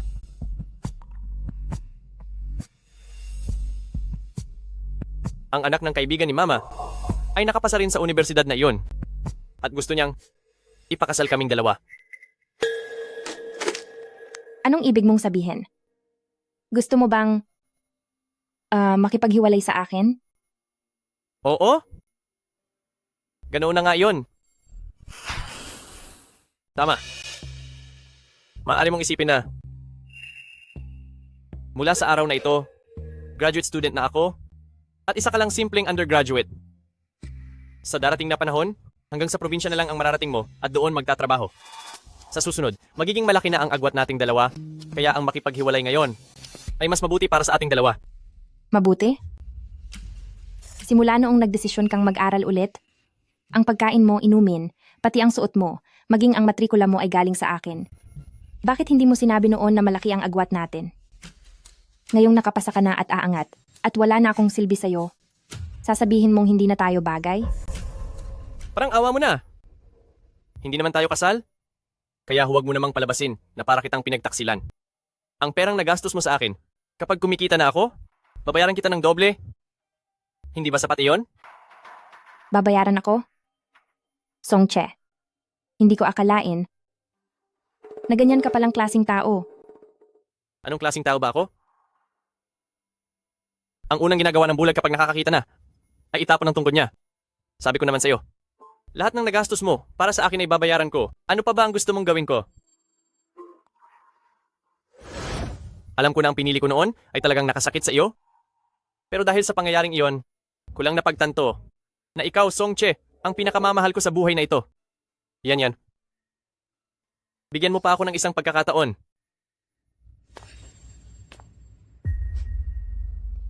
Ang sabi mo kanina, hindi ka naniniwalang malilimutan kita. Hinding-hindi talaga kita malilimutan dahil ikaw ang habang buhay na, dungis sa pagkatao ko. Yan. Bigyan mo naman ako ng pagkakataong bumawi sa'yo, sige na?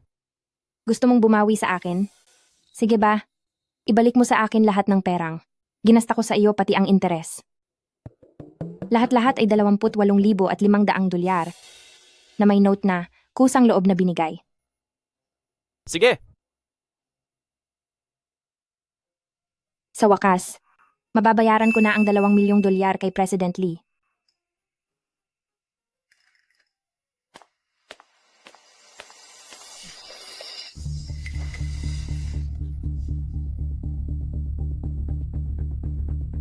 Hindi na sayang ang pagdala ko rito kay Songche. Masyadong mapili sa relasyon si Kuya Jing Chuan. Dahil nandito siya, tiyak na magkakalayo ang loob ninyong dalawa. Sa simula ng pagbubuntis, dapat ay madalas kumain ng buntis. Pero pakonti-konti lang, pumili ng mga pagkaing magaan at madaling matunaw, uminom ng tubig ng madalas sa maliliit na dami, at kumain ng maraming sariwang prutas at gulay.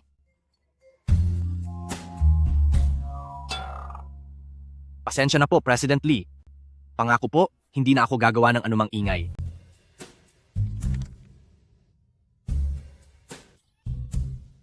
Diyos ko po. Madam, nag-aaral pa si President Lee tungkol sa pag-aalaga ng buntis para sa inyo? Paano niyo ito nagawa? Ano na naman ang nakita mo? Wala po. Wala po iyon.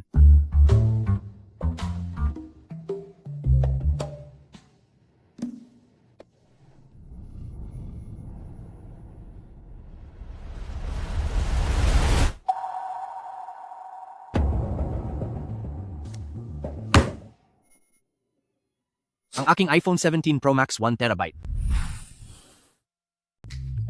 President Lee, sa tingin ko po ay isang pagkakaunawaan lang ito. Si Ginang po ay... Paakyatin siya dito. Opo, boss.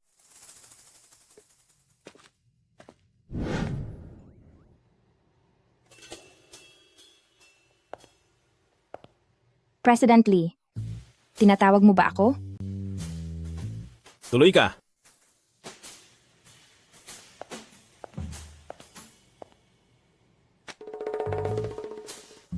Kumain muna tayo. Sige.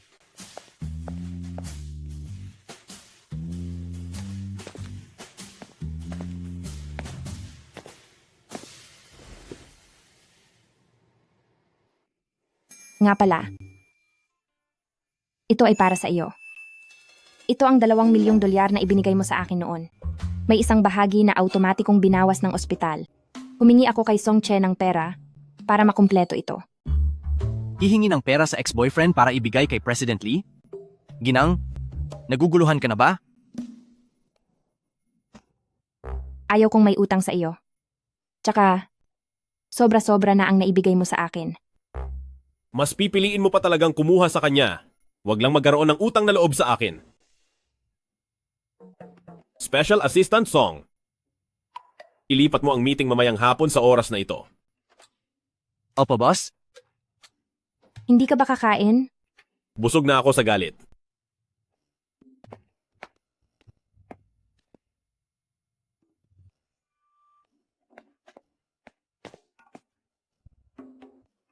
Busog sa galit?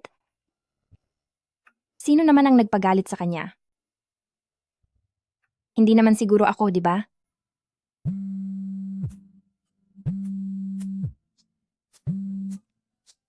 Hoy, Yao Bao, Chibaw, bakit ka napatawag sa akin?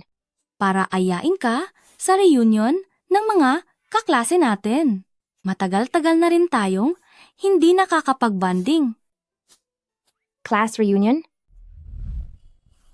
Para sa reunion, hindi ba pupunta si Songche? Alam ko namang itatanong mo yan, kaya tinanong ko na si Monitor. Para sa'yo, sabi ni Songche ay hindi siya pupunta. Mabuti naman kung ganoon, dahil tuwing sumisipot siya, laging nagkakaganyan si President Lee. Alam ko na kung bakit galit na galit si President Lee. Sige na, ibababa ko na muna ito. Kita na lang tayo sa reunion.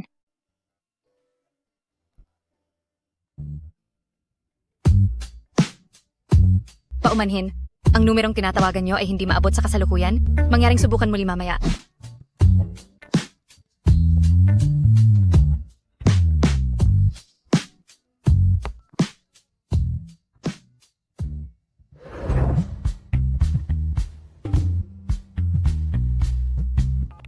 Hello?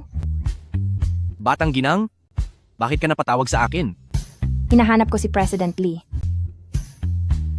Sabihin mong busy ako. Sabi po ni President Lee ay busy daw po siya. Kapag tapos na siya, pakisabi sa kanya, pupunta ako sa reunion mamayang gabi. Ngunit, hindi sasama si Songche. At saka, pag uwi niya mamaya, ay, tapat akong hihingi ng tawad sa kanya. Gusto kitang hagkan. Para makapagtapat ng kasalanan. Sinong may sabing kailangan ko ng tawad niya? Batang ginang, talagang may diskarte ka. Nakasimangot si President Lee sa buong biyahe, pero naging masaya na siya noong nagsalita ka. Yung ginawa mo, pwede mo ba yung ituro sa akin? Para sa susunod na magalit siya sa akin, ay masusubukan ko rin. Ang paraang iyon ay parang hindi bagay para sa'yo. Hindi ko akalain na pati ang hotel para sa reunion ay pagmamay-ari rin ng President Lee. Wrong yan? Diyos ko, ikaw nga talaga yan. Ang ganda-ganda mo na ngayon. Muntik na kitang hindi makilala. Dahan-dahan lang, dahan-dahan. Huwag mong sabihing. Ay, hinaan mo lang ang boses mo. Kapag tapos na ang reunion natin, saka ko na ipapaliwanag sa iyo.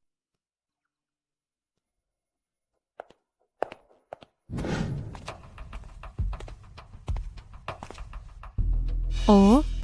Hindi ba't ito ang mga dating matatalino sa klase natin? Xiaoqi, tara na. Bakit? Dahil ba hindi naging maganda ang buhay nyo, kaya nahihiya na kayong humarap? Tingnan nyo nga silang dalawa. Mukhang ang hihirap sa suot nila. Dati ang hihilig nyong mag-aral. Akala ko naman pagka-graduate nyo ay magiging sobrang yaman nyo na. Ano naman ang silbi ng pagiging matalino? Mas maganda pa rin ang naging buhay mo, Sister Faye, dahil sa napangasawa mo. Balita ko manager dito ang asawa mo. Nalaman mo pa talaga yan. Aba, ilalim kaya ito ng Lee Group na isang high-end hotel. Siguradong malaki ang sahod ng asawa mo, di ba? Sakto lang, nasa $1 milyong lang naman. Binili lang naman ito ng asawa ko para sa akin. Wala ka bang mga mata? Ale. Wala ka bang mata? Tita. Bakit mo naman ginawa iyon? Ikaw naman ang hindi nag-ingat at nakabangga kay tita. Bakit kailangan mo siyang buhusan ng ganoon? Tignan nyo. Talagang itong mga hampas lupa, sila-sila ang nagkakampihan. Isa lang siyang mababang serbidora, kahit na wala akong dahilan na pahirapan siya, ano naman ang magagawa niya? Sino ka ba sa tingin mo para ipagtanggol siya? Kahit na isa lang siyang simpleng serbidora, wala kang karapatan na hiyain siya. E di sabihan mo ang hotel na paalisin ako. Iba nyo na rin ako dito, para hindi na ako muling makatapak dito kahit kailan. Sinabi na ni Sister Faye na ang asawa niya ay ang manager dito. Hindi ko malaman kung tinutulungan mo ba siya o lalo mo lang siyang ipinapahamak sa boss niya. Tita, Sasama ako sa inyo. Hugasan natin iyan ng malamig na tubig at lalagyan natin ng gamot. Sino ang nagsabi na maaari siyang umalis? Gusto mo bang sabihan ko ang asawa ko na sisantihin ka? Kumukulong tubig iyon. Kung hindi siya makakapagpagamot agad, hindi siya makakapagtrabaho sa mga susunod na araw. Wala akong pakialam kung hindi siya makatrabaho. Kapag hindi ka pa tumahimik, ipag-uutos ko sa asawa ko na palayasin ka rito. Nasa itaas lang siya ngayon at katatapos lang ng meeting niya kay President Lee. Wrong yan. Ang asawa ni Fayer, pati ang sikat sa lungsod ng Jing na si President Lee ay kilala niya. Huwag mo na siyang kalabanin. Ang mga katulad niya, hindi natin kayang banggain. Wala akong pakialam kung sino man ang asawa niya. Xiaoqi, samahan mo na si tita na magpagamot.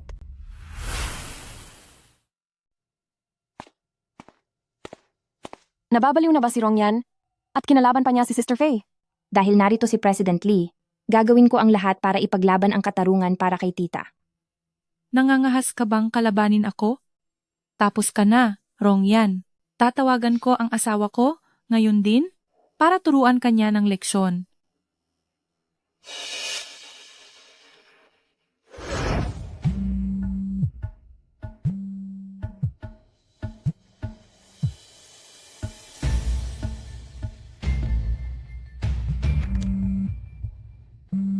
Manager Leo, kung may emergency ka, sagutin mo na yan.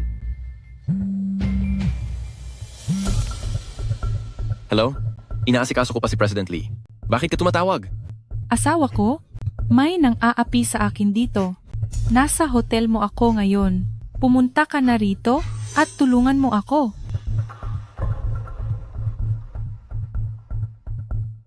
Sige na, puntahan mo na ang dapat mong puntahan. Salamat po, President Lee. Salamat po, Special Assistant Song. Mrs. ko, pupunta na ako para kampihan ka. Sino ang mag-aakala na itong si Manager Liu ay masyado palang sunod-sunuran sa asawa niya?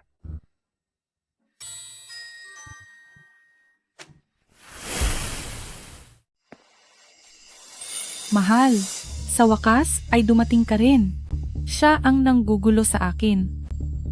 Dati pa noong nag-aaral tayo, naiinggit na siya sa ganda ko at mas lalo siyang naiinggit sa akin ngayon dahil nakapangasawa ako ng mabuting asawa. Anong tingin mo sa sarili mo? Hindi mo yata kilala kung sino ang kinalalaban mo? Ang lakas ng loob mong kalabanin ng asawa ko. Wrong yan. Hindi ba't kanina ay napakatapang mo? Sige nga, subukan mong magtapang-tapangan muli. Ayaw ko sana kayong patulan. Pero dahil kayo naman ang unang nagkamali at wala kayong galang sa ibang tao.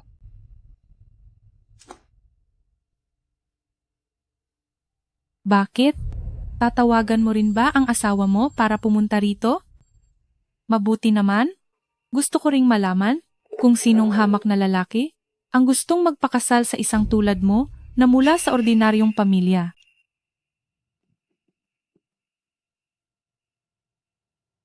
Hello, mahal. Sa wakas ay sinagot mo rin. Nasa ibaba ako ng hotel nyo. Ang asawa mo ay kasalukuyang dinidisiplina ng asawa ko. Halika na rin at sumama ka. Fayer, anong ginagawa mo? Songche, sabi mo ay may ginagawa ka at hindi ka makakapunta? Oh, hindi kaya ikaw ang asawa niya? Di ba ayaw mo sa kanya dahil mahirap siya, kaya iniwan mo siya? Lagot, pagdating ni President Lee mamaya, siguradong magkakaroon na naman siya ng maling hinala. Bakit ka na naman narito? Kasalukuyan siyang galit, kaya kailangan mong samantalahin ang bawat pagkakataon na makita siya. Siguradong lalambot din ang puso niya.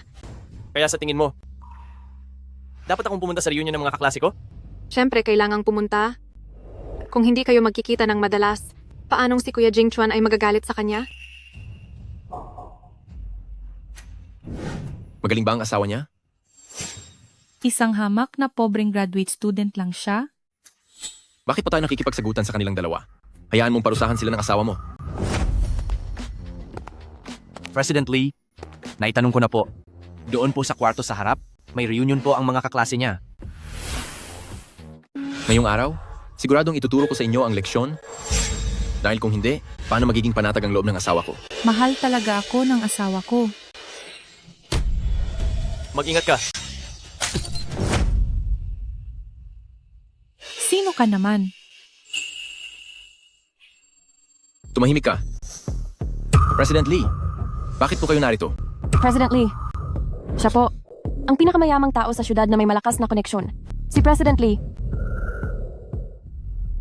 Inaapi mo ang asawa ko. Sa tingin mo, bakit ako narito? Asawa niyo po? Kanina, ang taong tatangkain mong saktan ng bote ay ang asawa ni President Lee. Ano? Hindi ba kay Song Che ikinasal si Rong Yan? Kundi kay President Lee.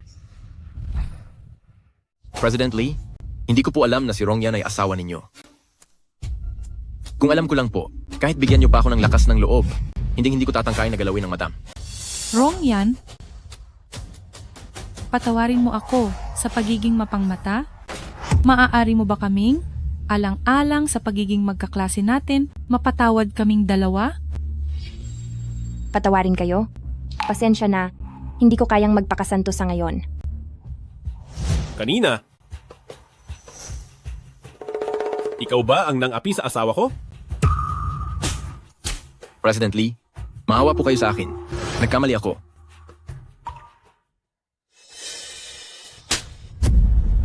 Ikaw na. Walang hiyang babae ka kung sino-sino na lang ang inaapi mo. Kahit sino ay hindi nyo dapat inaapi. Dahil ba sa wala silang kapangyarihan, ay wala na kayong konsensyang nang aapi? Mamaya pagbalik ng staff, siguraduhin mong hihingi ka ng tawad sa kanya. Ang sabi ni Madam, narinig niyo ba? Opo, narinig namin. Opo, narinig po namin. Alis na tayo.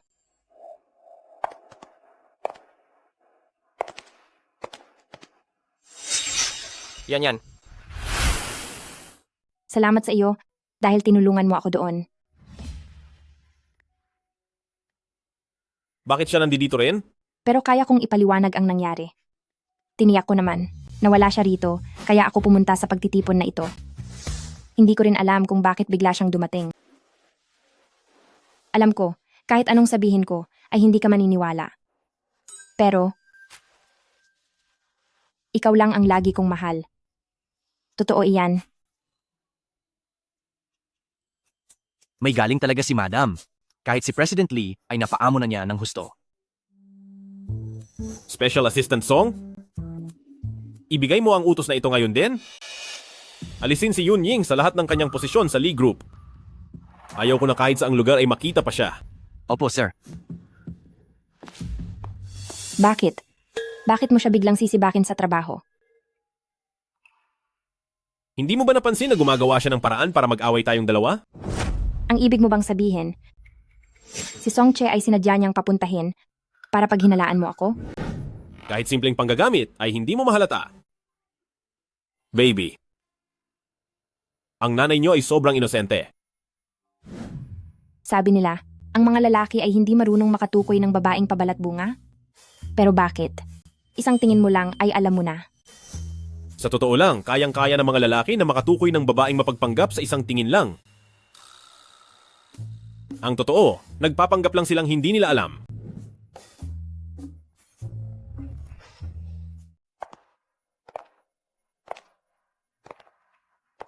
Special Assistant Song. Narito na ang mga gamit. Tulungan mo akong gumawa ng anunsyo. Sa darating na handaan sa Pamilya Lee matapos ang 3 araw, formal ko nang ipapakilala sa lahat si Rong Yan. At simula ngayon dito sa Jingxi, wala nang sinumang pwedeng mang-api sa kanya. Masusunod po.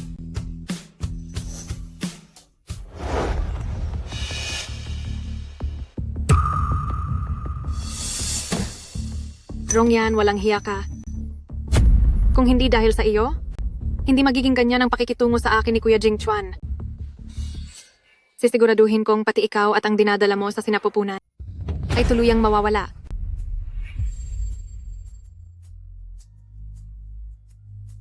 Lin Yuan, hindi mo ba gustong makaganti? Siyempre gusto ko. Kung hindi dahil sa kanya, hindi magiging ganito kahirap ang buhay ko. Director Yun, anong dapat nating gawin? Sa oras na bumaba na siya, kayong mga nakabantay sa baba, maghanda kayo.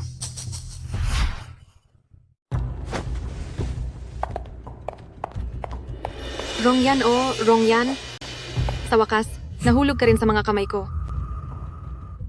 Kung hindi dahil sa iyo, hindi sana ako mababaon sa hirap.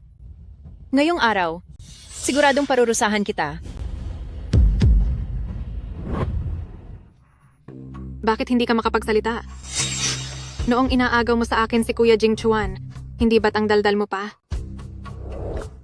Nagustuhan ka lang ni President Lee. Dahil lang sa dinadala mo sa sinapupunan mo, hindi ba? Sabihin mo sa akin, kapag ba nawala sa iyo ang bata, aalagaan ka pa rin ba ni President Lee? Pagdating ng oras na iyon, si Kuya Jing Chuan ay siguradong babalik na sa akin. Lin Yuan, huwag kang matakot na gawin ang dapat gawin.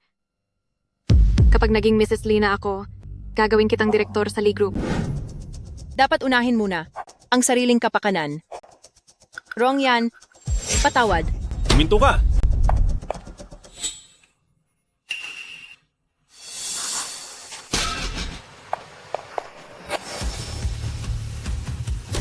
Bakit narito ka? Kuya Jing Chuan. Rongyan, anong ginagawa mo rito? Alam ni Batang Ginang na kapag naipit na kayo, at dahil sa desperasyon, ay tiyak na gagawa kayo ng ganitong masamang balak. Kaya naman, naghanda na kami ng maaga. Ano? Ang lakas ng loob mo, Rongyan. Sinadya mo ba kaming bitagin? Ako pa ang nambitag sa inyo? Batang Ginang, huwag na po kayong makipag-usap sa kanila. Noong kinuha niyo ako, ang buong usapan ay na-record ko lahat. Totoo ang nangyaring pagkuha sa akin at malala ang ginawa niyo. Kayo, kumanda na kayong mabulok sa kulungan.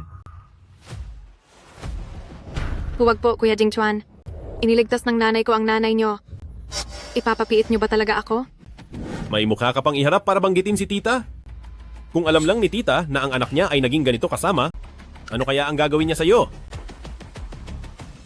Yunying, ikaw ang nagpahamak sa akin. Sinadya mo akong udyukan. Ginawa mo akong sandata laban sa ibang tao. Hindi ka rin mabuting tao. Gusto mo pang alisin ang bata niya. Bakit ang sama mo? Magsalita ka pa at talagang magkakandaleche-leche ka.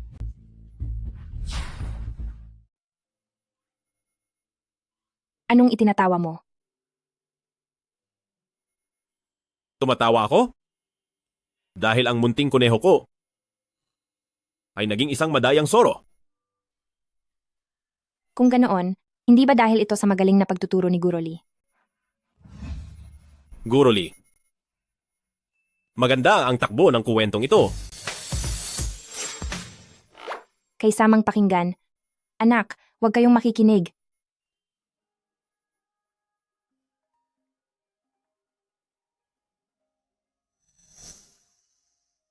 Hoy, ma. Ano po? Pupunta na ako riyan. Anong nangyari? Sabi ni Mama. Nalaman na ni Papa ang tungkol sa akin. Ngayon ay nasa ospital siya at kailangan kong pumunta roon.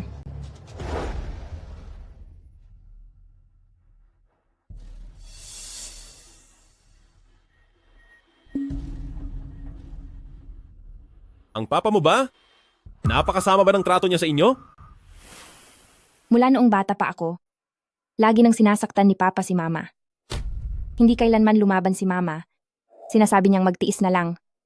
Kaya nag-aalala ako. Baka apihin na naman siya ngayon.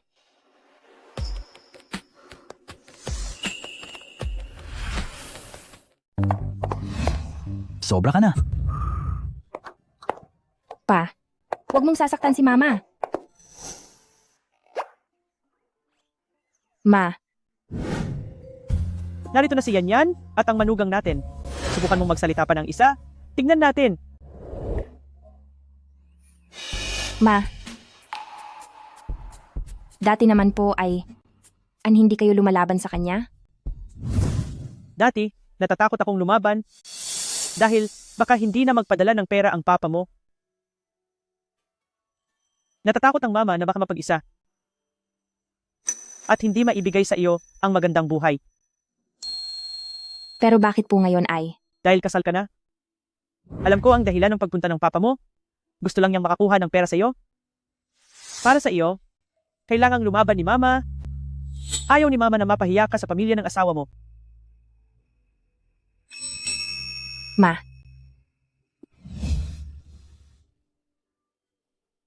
Sa sandaling iyon ko lang nalaman na kaya hindi lumalaban si mama noon ay para sa akin. At ang paglaban ni mama ngayon ay para sa akin pa rin.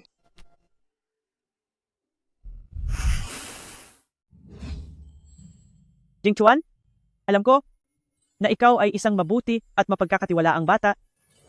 Pero ang lahat, napapagod din. Pati ang nararamdaman ay nauubos. Sana, kung dumating ang araw na hindi mo na siya mahal, huwag mo siyang aawayin o sasaktan. Ibalik mo lang siya ng maayos sa akin. Maari ba? Ma. Ma? Huwag po kayong mag-alala. Magiging mabuti po ako kay Yan. President Lee, naku, masama ito. Nandito na naman ang ginang at galit na galit.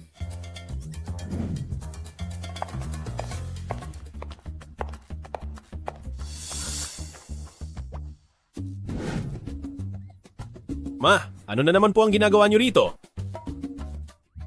Balae, huwag kang mag-alala. Kapag sinubukan nitong si Li Jingchuan na maging masama kay Yan, ako mismo ang magpaparusa sa kanya. Huwag na po kayong manggulo, pwede po ba? Anong panggugulo ang pinagsasabi mo? Nandito ako para sabihin sa inyo na ang hinahanap ni Jingchuan na mga eksperto para sa inyo, may resulta na. Nakahanap na si Pamilya Lee ng bone marrow donor na tugma sa inyo, pwede nang operahan ang nanay mo. Talaga po? Totoo iyan. Sabi ng doktor, pagkatapos ng operasyon, may 80% tsansa na gumaling siya. Napakagandang balita. Salamat po, maraming salamat po, Balae. Salamat. Jingchuan.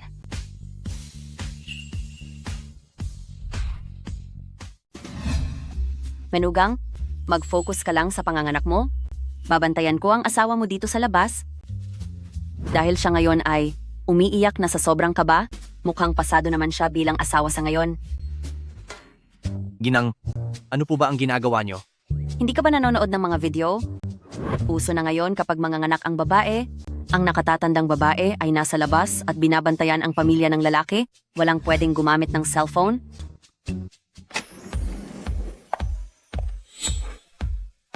Congratulations po, 4 ang naging baby sa isang panganganak at ligtas ang nanay pati ang mga bata. Nasaan ang asawa ko? Nasa loob po siya. Hindi niyo po ba muna titingnan ng mga baby? Mas mahalaga ang menugang ko, mamaya na natin asikasuhin ang mga bata.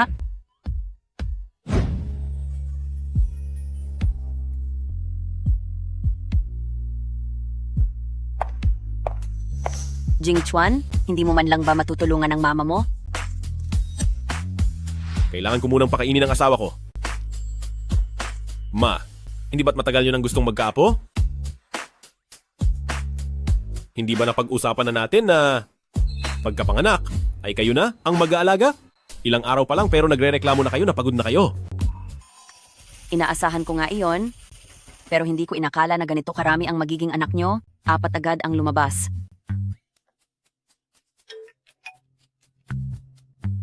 Habi, gusto kong kumain ng gulay. Sige.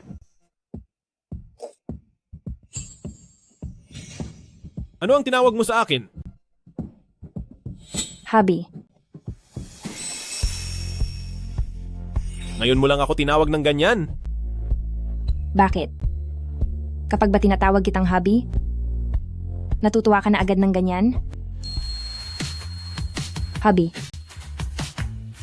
Mahal kong hubby.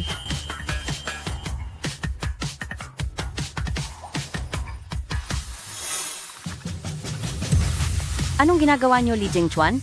Huwag niyong sabihin gusto niyo pang gawing 5 ang baby.